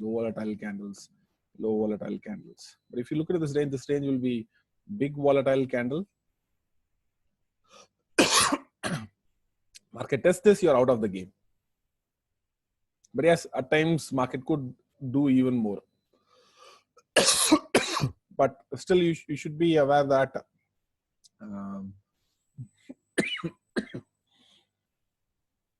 when you're done, you should be out of the game. That's it. It's only a pure scalping trades. At times, these momentum auction reversal could be a day's low also, right? So not necessarily to be every day, but at times it could be day's low also. So I'll call this as momentum auction reversal. It's one of the key signature trading patterns. Momentum auction reversal zone. Right. So that's how the market moves. It's moving in a one-time framing fashion. It's fine. But later on, what happened in the market is that there was a steep fall came in, and there was a steep bounce back also came later on. This is on 9th of January activity. I mean, 2 trading days back.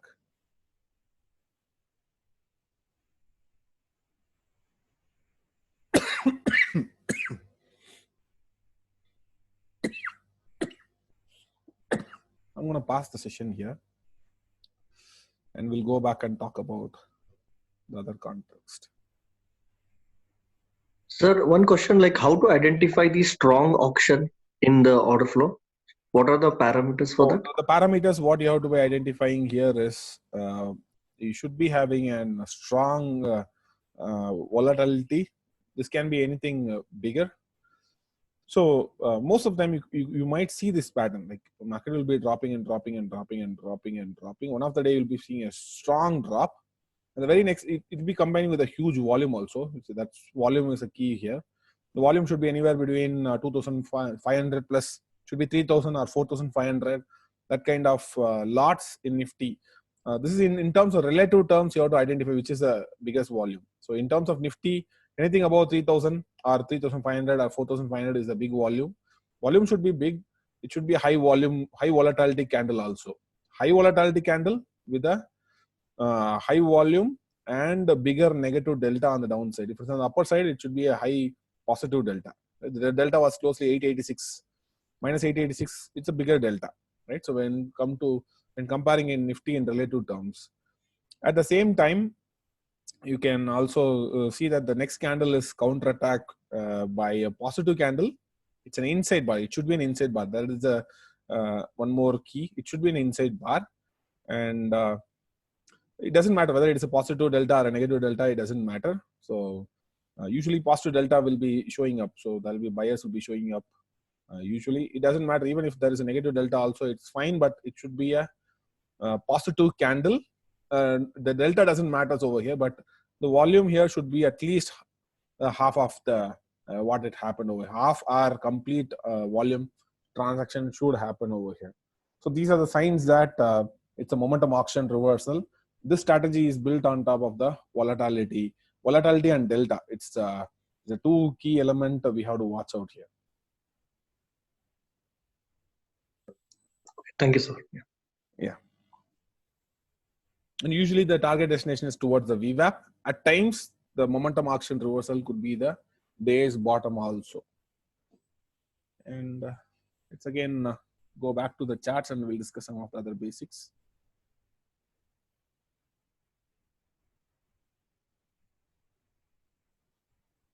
So these are the examples for high volatility candles. So where you can see the range here are pretty bigger and the range here are pretty bigger.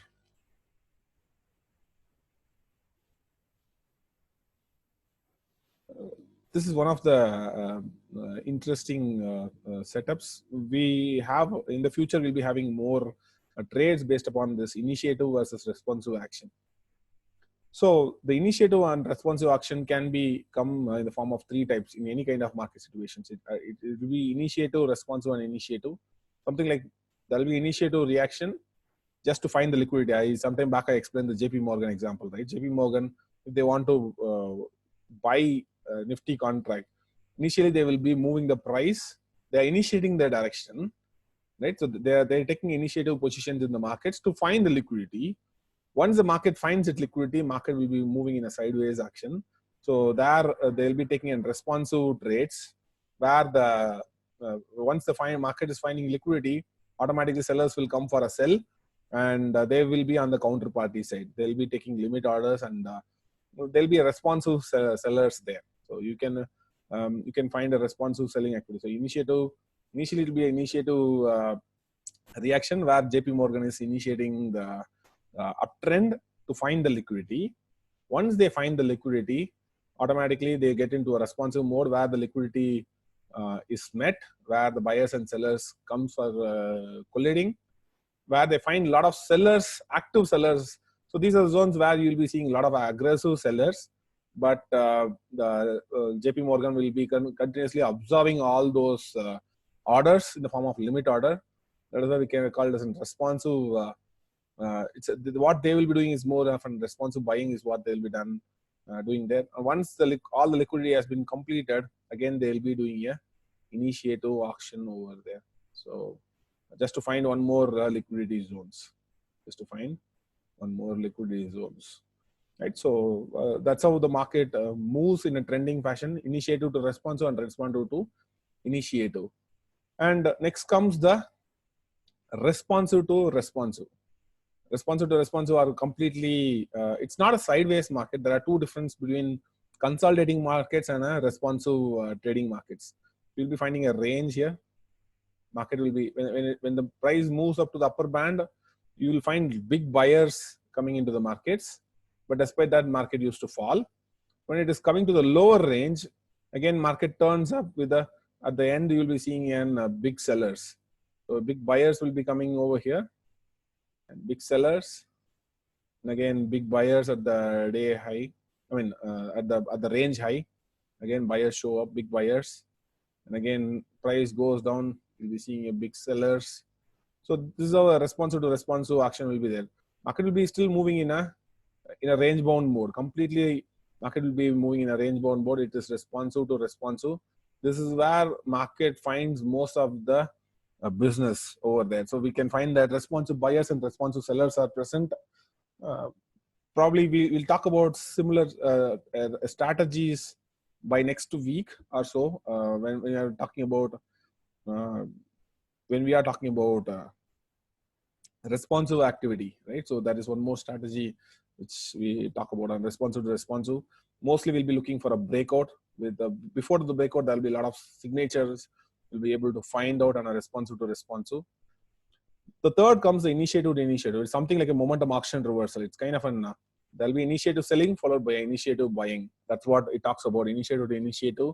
Mostly you'll be seeing a lot of momentum sellers. Momentum sellers will be coming in over here, and mostly with high volatility, followed by a inside bar, and we used to keep moving up. That's something like a momentum auction reversal. Momentum auction reversal, which we've seen in the previous example, is nothing but an example for a initiative to initiative, where it is nothing but you see a initiative sellers followed by a initiative buyers pushing the price on the upper side. So momentum auction reversal is one strategy which is related to this V-shape recovery or initiative to initiative. Initially, you find initiative sellers followed by initiative buyers taking an counter action over there. So initiative action you can always find in terms of whenever you're seeing initiative action, high volume with directional delta, right? So that's what you'll be able to see that when initiative sellers are coming in, you'll be seeing a very high volume transactions happening over there. The volume transaction will be relatively high, and the delta also very relatively bigger. You'll be seeing a bigger delta over there. That's how an initiative reactions will be.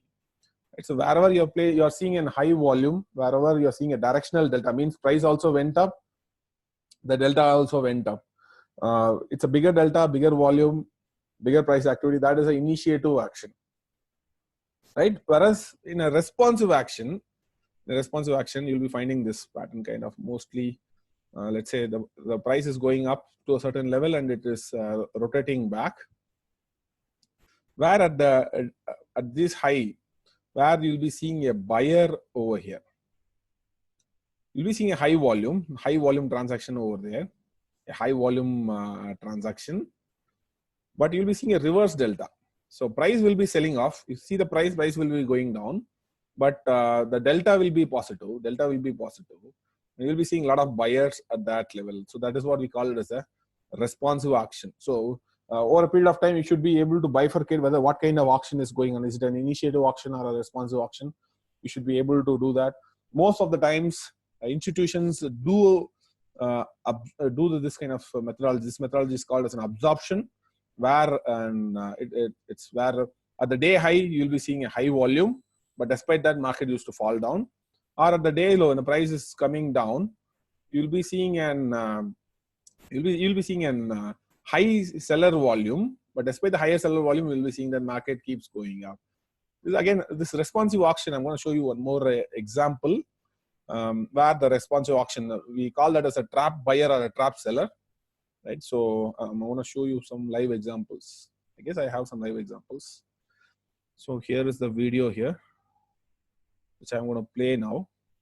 So you can see here the price was coming down. Previously, the market was hitting the day low. When it was hitting the day low, what you can see here is that you can see some good sellers, good amount of sellers, 1,139 contract. This is Bank Nifty. This is Bank Nifty chart, 5-minute charts. What you're seeing is a big selling activity was happening, and then it got stopped. You see that below that only the price went only four boxes lower, right? So when the price is moving up and down, and it's showing a big delta, and let's say the price went only 4 ticks and it's back up, that candle completes. When the next candle opens here, that is your entry point. The stop loss exactly at this level, exactly at 227,105 in Bank Nifty. That is a 15-point stops. That is roughly a 12 to 15 point stop in Bank Nifty.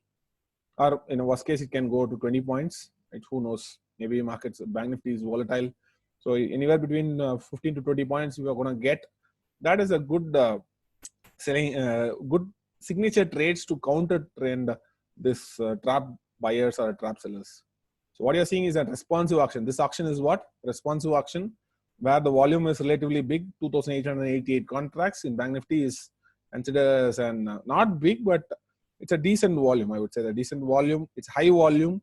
It's something like I said, the price goes to a low and then it reverses. Where at the day's low, you'll be seeing a high selling volume. High selling volume. So that's the selling volume over here. The big selling volume. So I'm going to continue this video. So you can see that there is a big seller. That's what I'm just showing it out.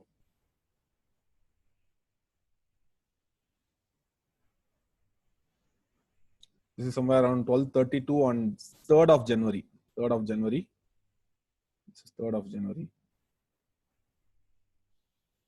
Your stops is very tighter over here.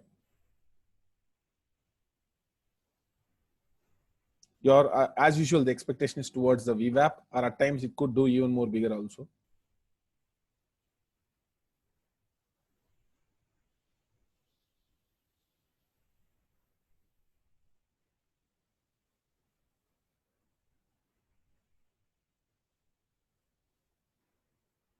You can see a lot of momentum buyers coming down there.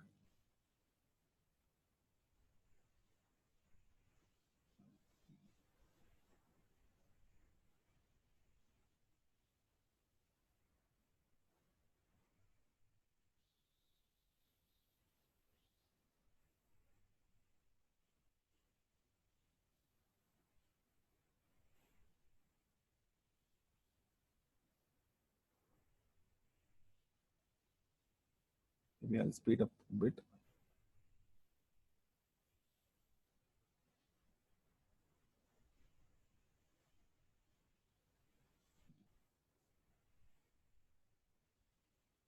Again, you can see a lot of zeros. All these are some stops would have been getting hunted. Means price will again have the capability to retrace back. Always they will fill those zeros. Those zeros are likely to be revisited in the intraday itself.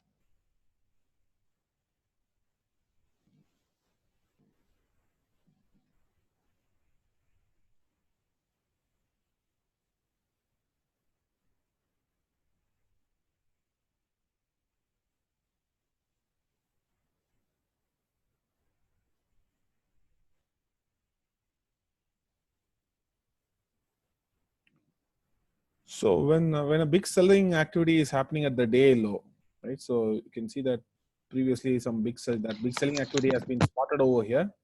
The comment was like big sellers at day low. So temporary scalping buying opportunity, but still it is unsecured low. Even though a big selling opportunity is happening at the day low, right? And then you can see a couple of four 4 layers, and then the price started, the candle ends.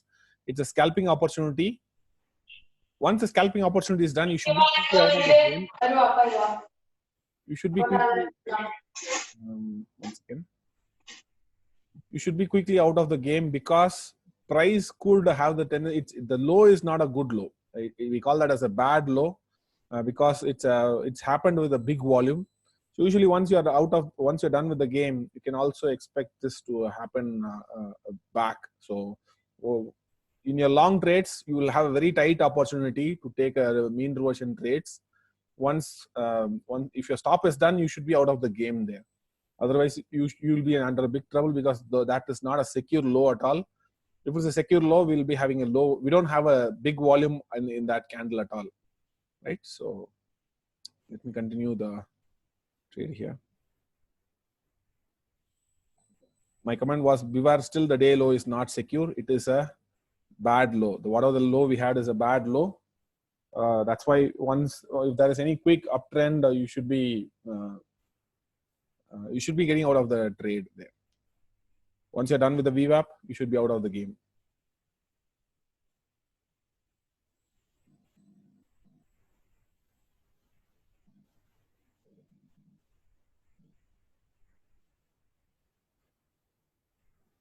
This is 3rd of January, right? So I'm gonna stop here and I'll show you how the day is on a 1 minute chart, on a 5 minute chart, how the response was. It went up some 120 points from there and completely reversed all its gains.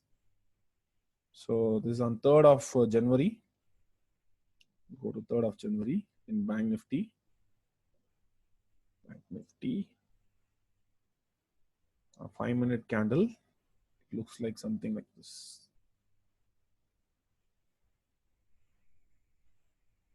Third of January. So here is the 3rd of January. So this candle is what we got the bigger volume. The volume was bigger, right? And it happened at this level. So at this level, the big volume came. The big volume came. Your stop was here. The stop was here. So big seller happened over here. Big seller tend to happen over here. That's a scalping opportunity, right? So once you're done with that, get out of the game. You make your 70 points, 80 points, 100 points, whatever it is, get out of the game. But market has the tendency to revisit back. Market has a tendency to revisit back. So your entry point is over here. Take that comes with a very tight stop. If it is something like Bank Nifty, your stop will be anywhere between 15 to 20 points. If something like Nifty, your stops will be anywhere between 5 to 10 points stops with a good risk reward ratio trades, right? And that's a kind of an intraday trade setups. Usually, in a month, usually you'll be able to spot some 3 to 4 setups in only in Nifty alone or in Bank Nifty alone. So when it is happening, you should be on a high alert. You have to be a fast trader over here, continuously looking for such information. When that information happens, you should be on a high alert to address those trades. It's a fast trade, fast scalping trades. But if you don't have time to sit in front of the monitor and doing all these things, better stay away from doing all these things. It's mostly meant for fast traders, right? And okay, coming back. So that is whatever we see in there is nothing but a responsive auction. The responsive action is where a high volume with high reversal delta happened. It's kind of an absorption. Initially, it is absorbed by the buyers and buyers take control. But later, those levels are most likely to be revisited back if it's happening at the day's low. So again, that is an interesting setup, which you can find very frequently in the markets. But only care has to be taken there. These kinds of responsive auction, if it is happening on the expiry day or one day before expiry, you should ignore it because mostly there could be a rollovers. So they not be an responsive buyers or responsive sellers. They could be because that could happen because of a rollovers. So those levels may not revisit at all. So care has to be taken that you're not practicing this on 1 day before expiry or a 2 day before expiry or on the day of expiry. You should not practice this because rollovers will be getting active in the markets on last 2 days of expiry. So you should not play the trap buyer, trap seller concept on the day of expiry or 1 day before expiry.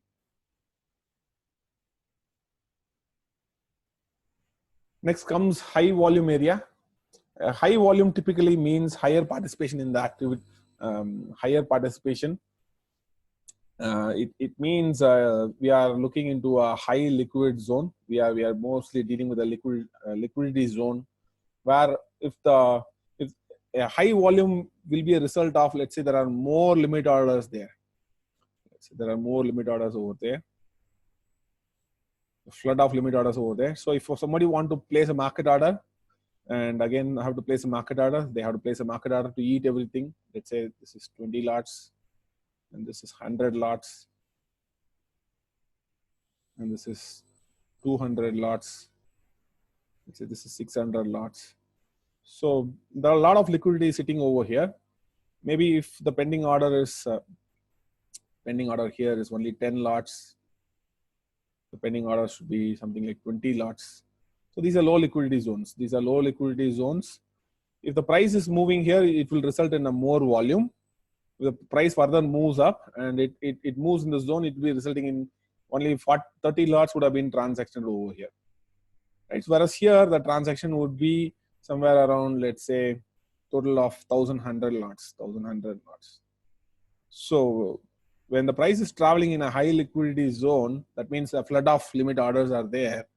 It usually results in all these are high liquidity zones, which results in a higher volume, which results in a higher participation activity. Right? At times, what happens? There will be a high liquidity zone. There will be a high liquidity zone where a flood of orders will be there. Let's say 100 and 200 and 300 and let's say some 500, something like that. A lot of big liquidity is sitting on the upper side. But what happens is that when the price is going up, and touching this 100, they are trying to take 20 contracts. They try to take 20 contracts. And then seller comes and push the market down. Again, they try to move towards the liquidity zone. They try to do some 10 contract transaction. Again, market falls down. So all these are poor facilitation of a trade. Even with the high, when they are reaching the high liquidity zones, because of the poor facilitation of a trade, it could still result. It could result in a because of poor facilitation, it could result in a lower participation. But if the buyers are really serious, they will be triggering this. They'll be triggering this. They'll be triggering this, which will result in a high participation activity, which will result in a higher transaction of the volume. Right. So especially when they are hitting the liquidity zone, it will result in a higher volume. So you can see here the higher volume which is coming. This is on 28th of December. 28th of December, you can see that institutional activity was happening there. You can see 1,100 lots got traded over here. 1,000 lots got traded over here. A good liquidity flow is coming in. In fact, 400 lots on the buying side, 300 plus lots, 200 plus lots. So all these are result of an high liquidity. We are traveling in the price is traveling in a high liquidity zones. That's what it means. When the price is traveling in high liquidity zones, and that is resulting in a higher volume. That means a good transaction is happening among the buyers and sellers. The buyers and sellers agree to do a good facilitation of trade is happening over there.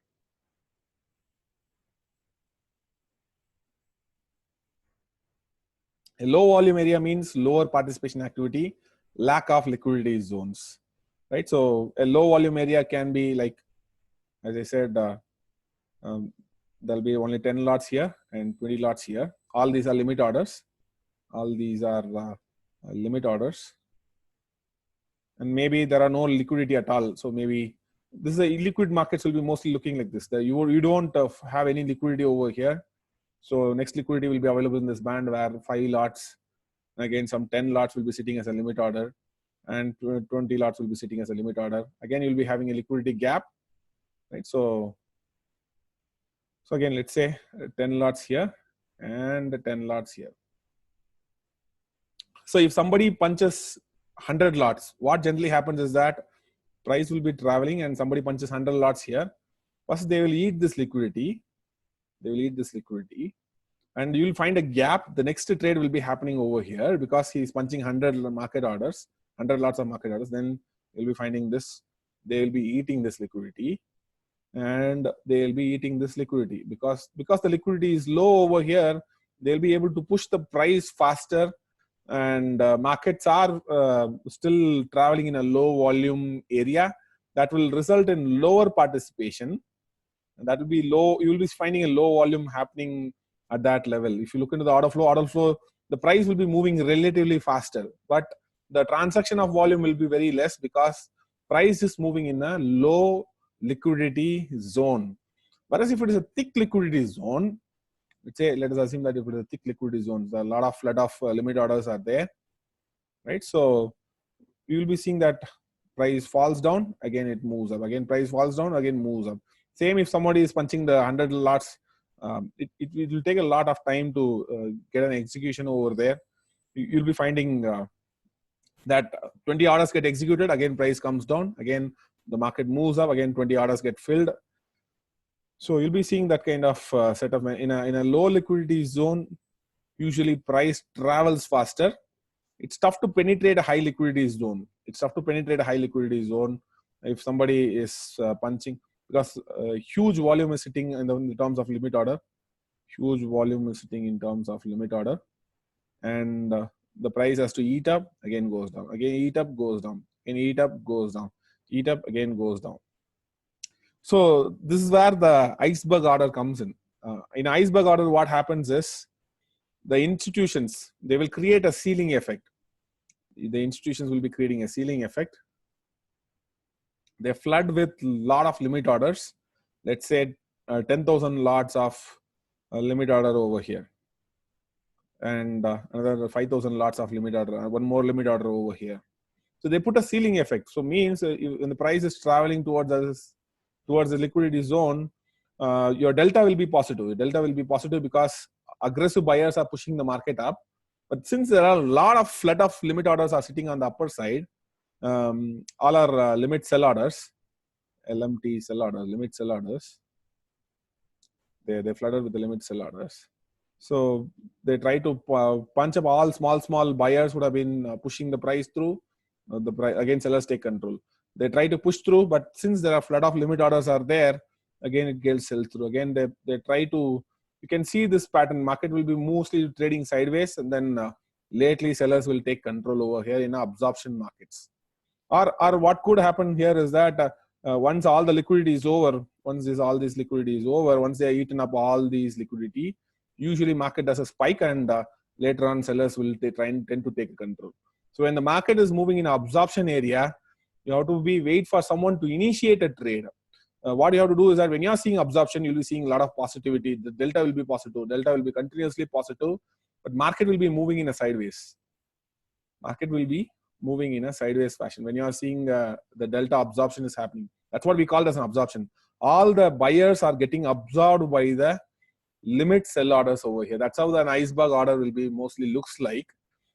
Typically, what you have to do is, you never know, either the market can fall directly like this, or once all the liquidity is over, they try to push it back. By that time, all the small traders will be losing all their energy, and finally with sellers will try to take a control. So you should wait for someone to take a control in the markets. That you'll be able to come in the form of a momentum. When so that is how a price travels in a high liquidity area. We call that as a ceiling effect, or we also call this as an absorption happening in the markets. And at times you can see the low volumes are usually nothing but a result of a stop hunting or a lack of liquidity. You're usually seeing a lot of zeros over there, or even at times because of algos or aggression from the market participants.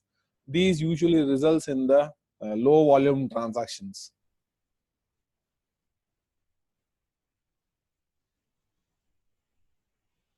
Again, liquidity is another key interesting thing. which as an order flow trader, you have to figure it out whether the day what you're facing is a high liquid transaction or low liquid transaction. We already talked about enough about liquidity, but higher the liquidity is, higher the interaction between the buyers and sellers, right? So we already seen in the previous example, I shown you that there is a big flood of limit orders over here. When there is a big flood of limit orders from the institutions, when the buyers are coming and interacting and they are eating all the liquidity, which will result in higher volume also. There will be more interaction from the buyers and sellers, that which also eventually end up in higher volume over there. Whereas in illiquid markets, they will tend to find um, the illiquid markets will trend until they find good liquidity zones. This is again a classical example from JP Morgan, where JP Morgan pushes the price up until they are finding the liquidity zone. Once they find the liquidity zone, they will become responsive and more the market is finding its liquidity zone, then these are the zones are illiquid markets. Illiquid markets, it's easy to travel through those prices. Whereas in highly liquid zones, it's tough to penetrate. A lot of time has to spend over there in high liquid zones to eat up all those limit orders, all those pending limit orders. And then once all the pending limit orders are done, and again institutions jack up the prices from there on again to find the high liquidity zones. Zero liquidity zones with higher momentum acts like a key support or resistance level in a very short term, but eventually the zero liquidity zones with the lower momentum generally gets filled. So again, this is one more thing you have to watch out for. So zero liquidity always with lower momentum generally gets filled. Most of the zero liquidity zones, which is happening because of stop hunting, gets filled, right? So there are certain zero liquidity. Where you can find, let's say, momentum sellers. I'm finding in momentum sellers over here. So momentum sellers are here in this band, and I'm seeing a zero over here. Maybe there could be one more zero. It is not a stop hunting, but it is momentum selling. Maybe momentum selling is happening here, and momentum selling is happening here, and momentum selling is happening here. Where I'm seeing in between the momentum seller, I'm seeing a couple of zeros here. Zeros and zeros.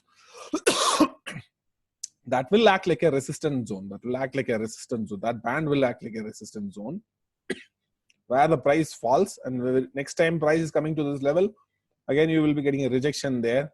That is, these points are your entry scalping points again.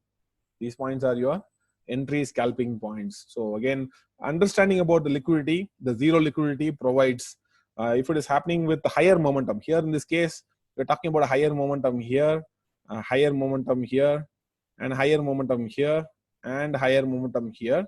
That is what, if you look into the bid-ask imbalance, all these are, you'll be seeing only red spot only in these zones. You'll be seeing a red spot in these zones, and price falls down a little bit, and then they mean reverse to that location. You can have a very tighter band stops. You can see a good amount of rejection happening at that level. So that you can use it to capture, and again, 15 to 20, 30, 40 points. I mean, usually in terms of Nifty, 20 to 25 is the ideal option for to initiate that kind of trades, right? So this is if it is happening with a higher momentum. If it's not happening with a higher momentum, let's say it's happening because of stops, price is coming down, and all of a sudden you see that if you look into the order flow, you'll be seeing a lot of pack of zeros here, pack of zeros on both the sides. So all will be filled with zeros, zeros, zeros, zeros, zeros, and zeros, and zeros, and zeros. If it is happening down like this because of stop trigger, then those liquidity zones are likely to revisit back, because they are kind of an intraday gaps. Okay, we already seen one of the examples which happened on last Friday, where the zero liquidity zones got filled from the intraday perspective itself.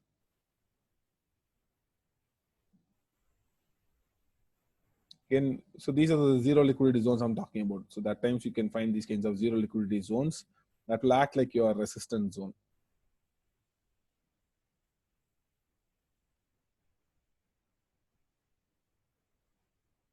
The next comes the delta positioning.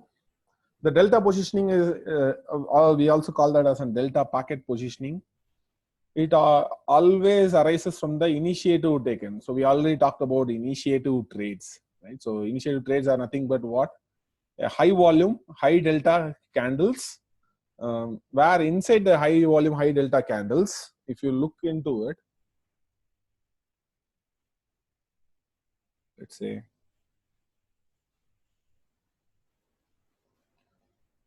so if you look into the order flow, or from the order flow, it's tough to determine, but if you're looking from the delta, maybe I'll show you an example. There'll be good transaction. Let's say there is 700 buyers, so 700 sellers. Probably the buyers will be only, let's say, 15. And again, 640 sellers. 640 sellers. Probably the buyers will be only 10. And let's say 1,000 sellers. Result is only 40 buyers. So you see that a packet of buyers are entering in this zone. So if you look into the delta alone, if you look at delta candles, right? So instead of plotting the order flow bid and ask, if you look into the delta will be 685 here, 685, and delta will be 620, and delta will be 960. Like you will be seeing a packet of delta, packet of negative delta coming in. So minus, all these are values are minus values, minus.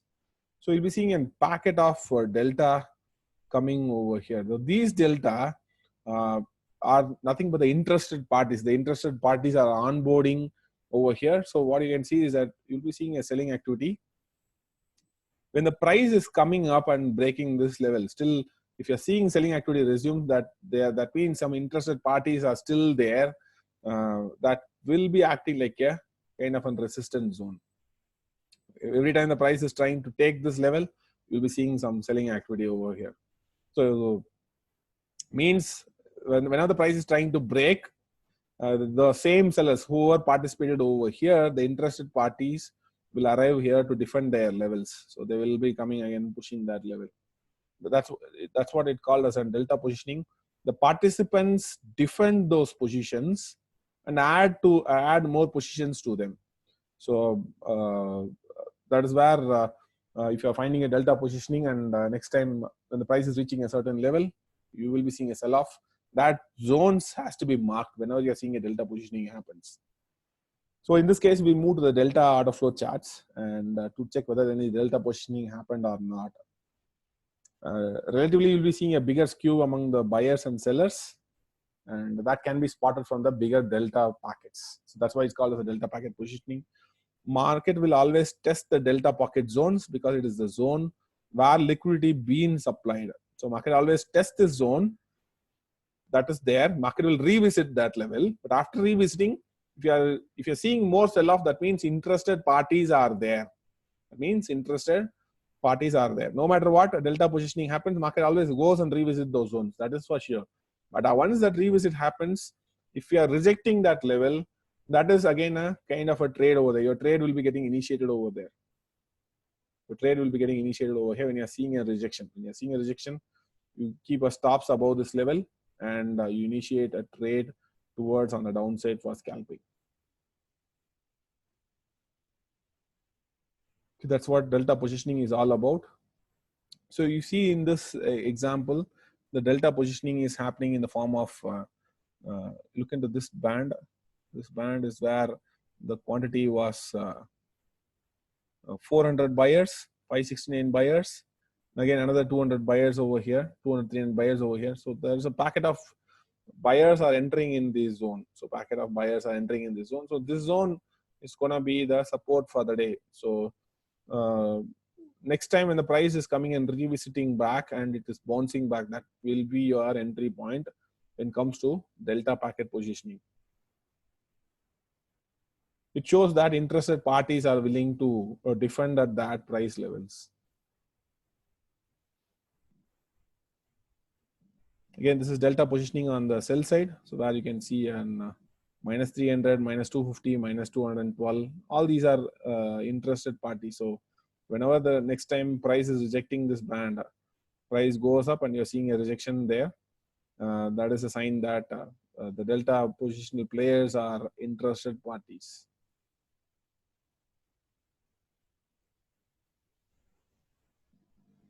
Next come unwinding of delta unwinding.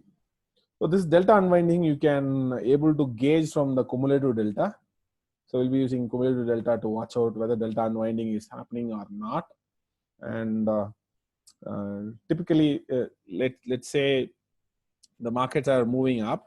The cumulative delta will be positive, and becomes 900 here.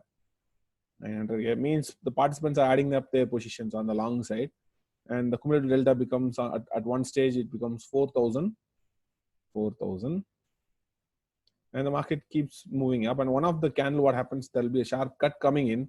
All of a sudden, you will be seeing that the entire 4,000 cumulative delta, it becomes zero. The 4,000, whoever, and that means kind of a delta unwinding is happening, where the sellers would have been, only in this candle you'll be seeing in 4,000 lots of sellers got out. Means some participants are liquidating their positions. So maybe they are not, mostly they are short-term participants.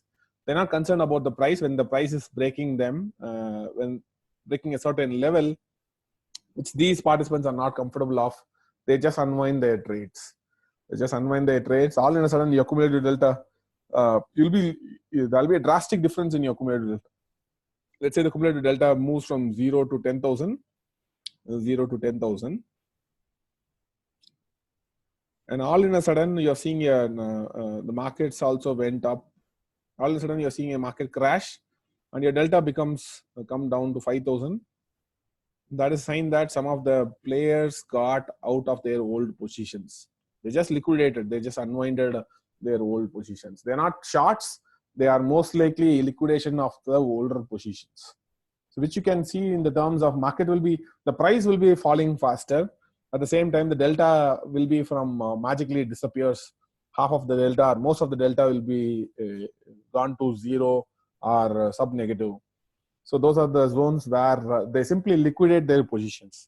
They're not fresh shorts or so. You'll be seeing a lot of selling quantity, but they are nothing but unwinding of the old positions. That's what delta unwinding is all about. And next week we'll be looking into some of the examples. If there are any live examples I'm able to spot, I'm going to record this and I'm going to show you how the delta unwinding happens. But sometime back it happened in Nifty or Bank Nifty. I have the charts here. So if you look at the cumulative delta here, in this example, where is the cumulative delta? Yeah, cumulative delta here. You can see it is 2,000. Again, minus 833. It was positive in the morning. In the morning, it was positive. That particular day, morning, it was positive. And all of a sudden, it went from, you see that minus 1756. All of a sudden, the next jump was 4,855 negative. So you see that 3141 sellers there. They are most likely happening because of they're liquidating their positions, and a big delta unwinding is happening in the markets. So they are most likely a sign of a delta liquidation, the kind of delta unwinding, where they just simply unwinded their positions for the day. Most likely they are short-term traders.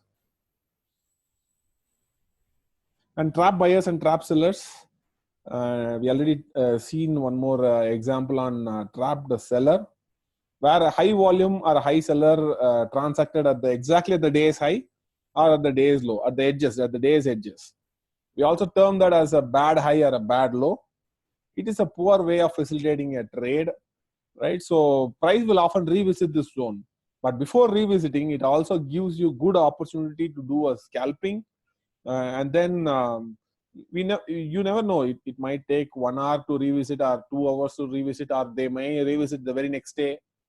But often they will come and revisit those locations, right? So, but initially, if you are finding that once the big selling activity is happening, once let's say the big selling activity is happening at the day low,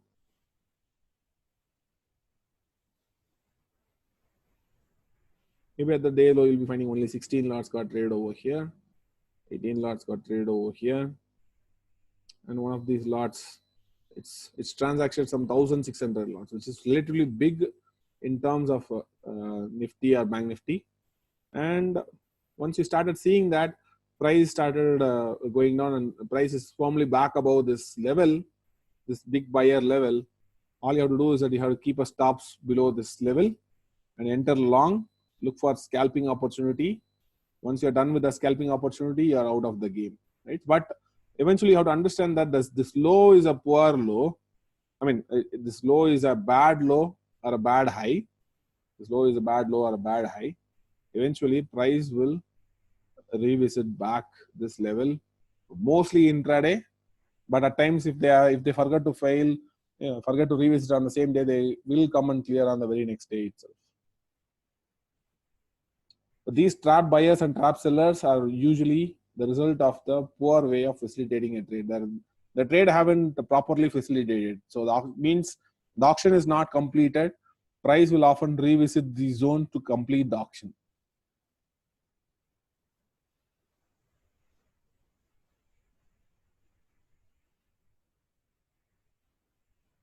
So one of these example here, you can see a big buying activity. Price was reaching the day high, and at the day high, you after above that, you're not finding any bigger volume over there.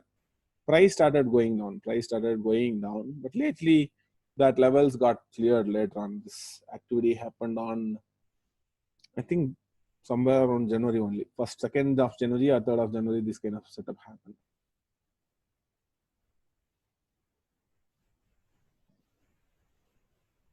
This is one more example for a trap buyer, where you can see the day high, 1,295 quantity, and above that only 115 lot got traded. Price got back into this range. End of this candle is your short, but you also, once you're done with your trade, the 40-50 point trade, you should get out of the trade, because always price have the tendency to go and clear those references. It's an example for a trap buyers. Trap buyers and trap sellers are, it gives you very tight trading opportunities, right? Again, is one of an example for a trap seller. So there is a trap seller which was coming over here, and then price you started bouncing back, but the same day the price again revisited back again.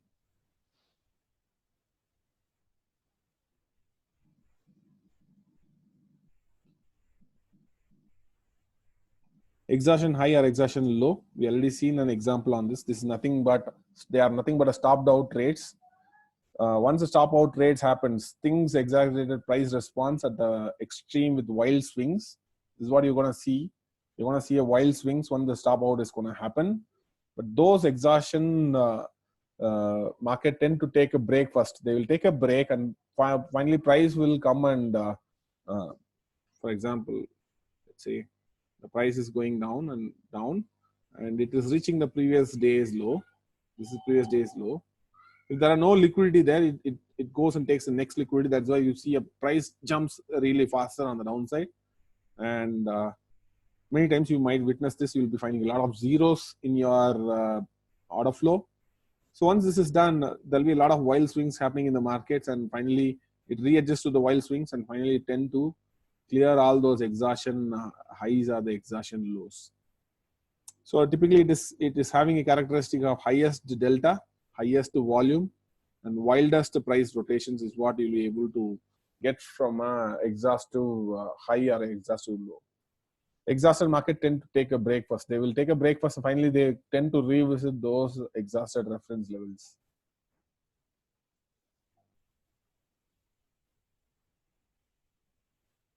This will be characterized by a zero liquidity, nothing much.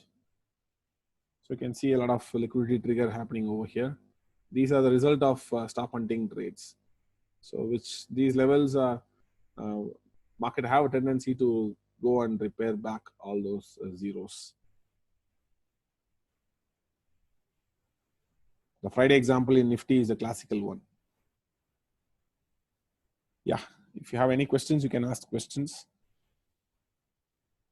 Otherwise, we are done for the day. The next order flow sessions, we'll be talking more on absorption, initiative action, and responsive action, and how to spot a key reference level and key support level.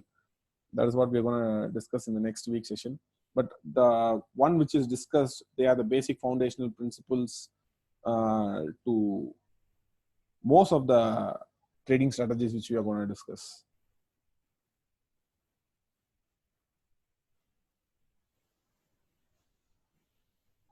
Any questions here? Or I'm in mute. Any questions? If we see in the live market, we may get the questions more than. Yes. But these are the foundational basics. When you watching the live markets, initially it takes a little bit of settling time to understand what is liquidity, what is volatility, how, because all those live decisions are really faster decisions. So market won't give you enough time. Market only gives you hardly 5 to 3 minutes of time to decide whether to enter this trade or not. So it requires a sharp mental skill to play this game. You only have to be a fast trader there to understand all these things. So these are the key principles which helps you to put you in the right directions. Okay. And one more thing, can you show the initiative buying and responsive buying in market profile, not in order flow? Market profile has a different way of looking into initiative and responsive. So what the theory says is that let's say this is my value area, right? So it's something similar, but they always look in terms of value area. So this is my value area for today's value area or yesterday's value area.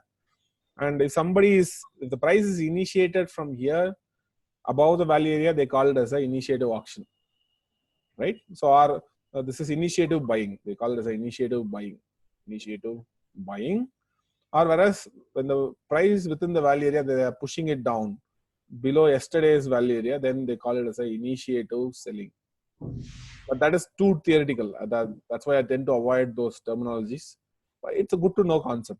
So initiative buying, like when within the value area, they're pushing the price up, it is initiative buying. Within the value area, they're pushing it down, they call it as a initiative selling. Whereas when it comes to responsive buying or a responsive selling, say this is my value area, assume that this is my yesterday's value area. Price went down. From here, somebody is pushing back into the value area. We call it as a responsive buying. So this is responsive activity. Buyers are responding. When the price goes down below the value area, buyers are responding. They are doing a counter auction. So that is what it's called as a responsive buying. Similarly, when the price goes outside the value area, sellers responded and they pushed the price back into the value area. We call that as a responsive selling. So generally, initiative buying is nothing but the trend following. Responsive auction is nothing but a mean reversion trades, counter trades. The same thing is there in order flow also. The concept is same. The only thing is there in market profile, they use the terminology in relative to value area. Let's say the price opens gap down and all of a sudden mean reversion happens. They say like responsive buyers are in control. That's what they say. But I don't use the terminology much because it's already we are dealing with enough complexity. This will gonna put you in more complexity. So responsive buying and responsive selling are more of a theoretical stuff. Whereas in order flow, they have a responsive to responsive, initiative to initiative, initiative responsive initiative. Those are actually related to trading strategies. Whereas in market profile, as of now, I don't cross any trading strategies based upon initiative or responsive based trading strategies. It's a good to know concept in market profile. Okay. Sir, this is Rohit here. One question is that tomorrow when we are dealing in the live market, so are we parallelly looking at even order flow when we are looking at market profile? Yeah, we'll be looking into order flow. We are doing it for the past couple of days also. We'll be doing the same thing, but now we'll be focusing more on order flow also parallelly. So yes, we'll be focusing on. Thank you, sir. But most of the activity will be happening during middle of the markets, so middle of the day around 12 o'clock or 12:30. So maybe what we can do here is that one another day we will take some middle of the day, we'll have one more session where we look into how to look into the order flow and market profile during middle of the day. So we'll be having maybe next Wednesday we'll have one more session around 12:30 to 1:30. Probably that is the ideal time where most of the trading activity happens, and most of the trading are, we can say, like 12:45 to 1:45. Right? So that is where we can say how to monitor the confidence during middle of the day, how to observe order flow during middle of the day. Probably many times you would have been seen how to measure the confidence during start of the markets. Now let's try to do one more session on Wednesday, one in the morning and one in the afternoon. Right? So where we'll be discussing about how to see the markets, how to see the order flow, how to see the market profile, how to measure the confidence during the middle of the day. Right? So that we will keep it on Wednesday. Right? That helps us to measure, that helps us to look into the finer details during the afternoon session. During the afternoon session, what you have to focus. Right? Now you might have a fair idea what to focus when there is a B period single prints or a C period single prints. Now let's focus on afternoon session, what you have to focus. That's what we will deal on the Wednesday session. Wednesday, there will be two sessions, one in the morning, 9:30 to 10:30, and another one around 12:45 to 1:45. I think that will do. Or maybe we can make it as 1 to 2. 1 to 2, we'll make it as one more session there. Same link, everything is same link. You can use the same Zoom link to join on Wednesday, right? Sure. Thank you, sir. Yeah. So do we need order flow as a mandatory tool for the live market for the day trading? No, it is not mandatory. Even you can do order flow. Without order flow also you can do it. But with the order flow, you will be able to get a tighter risk. I'm talking about 3 points, 4 points kind of risk in Nifty, or something like a 10 to 20 points risk in Bank Nifty. That kind of tighter risk you will be able to practice if you have order flow charts.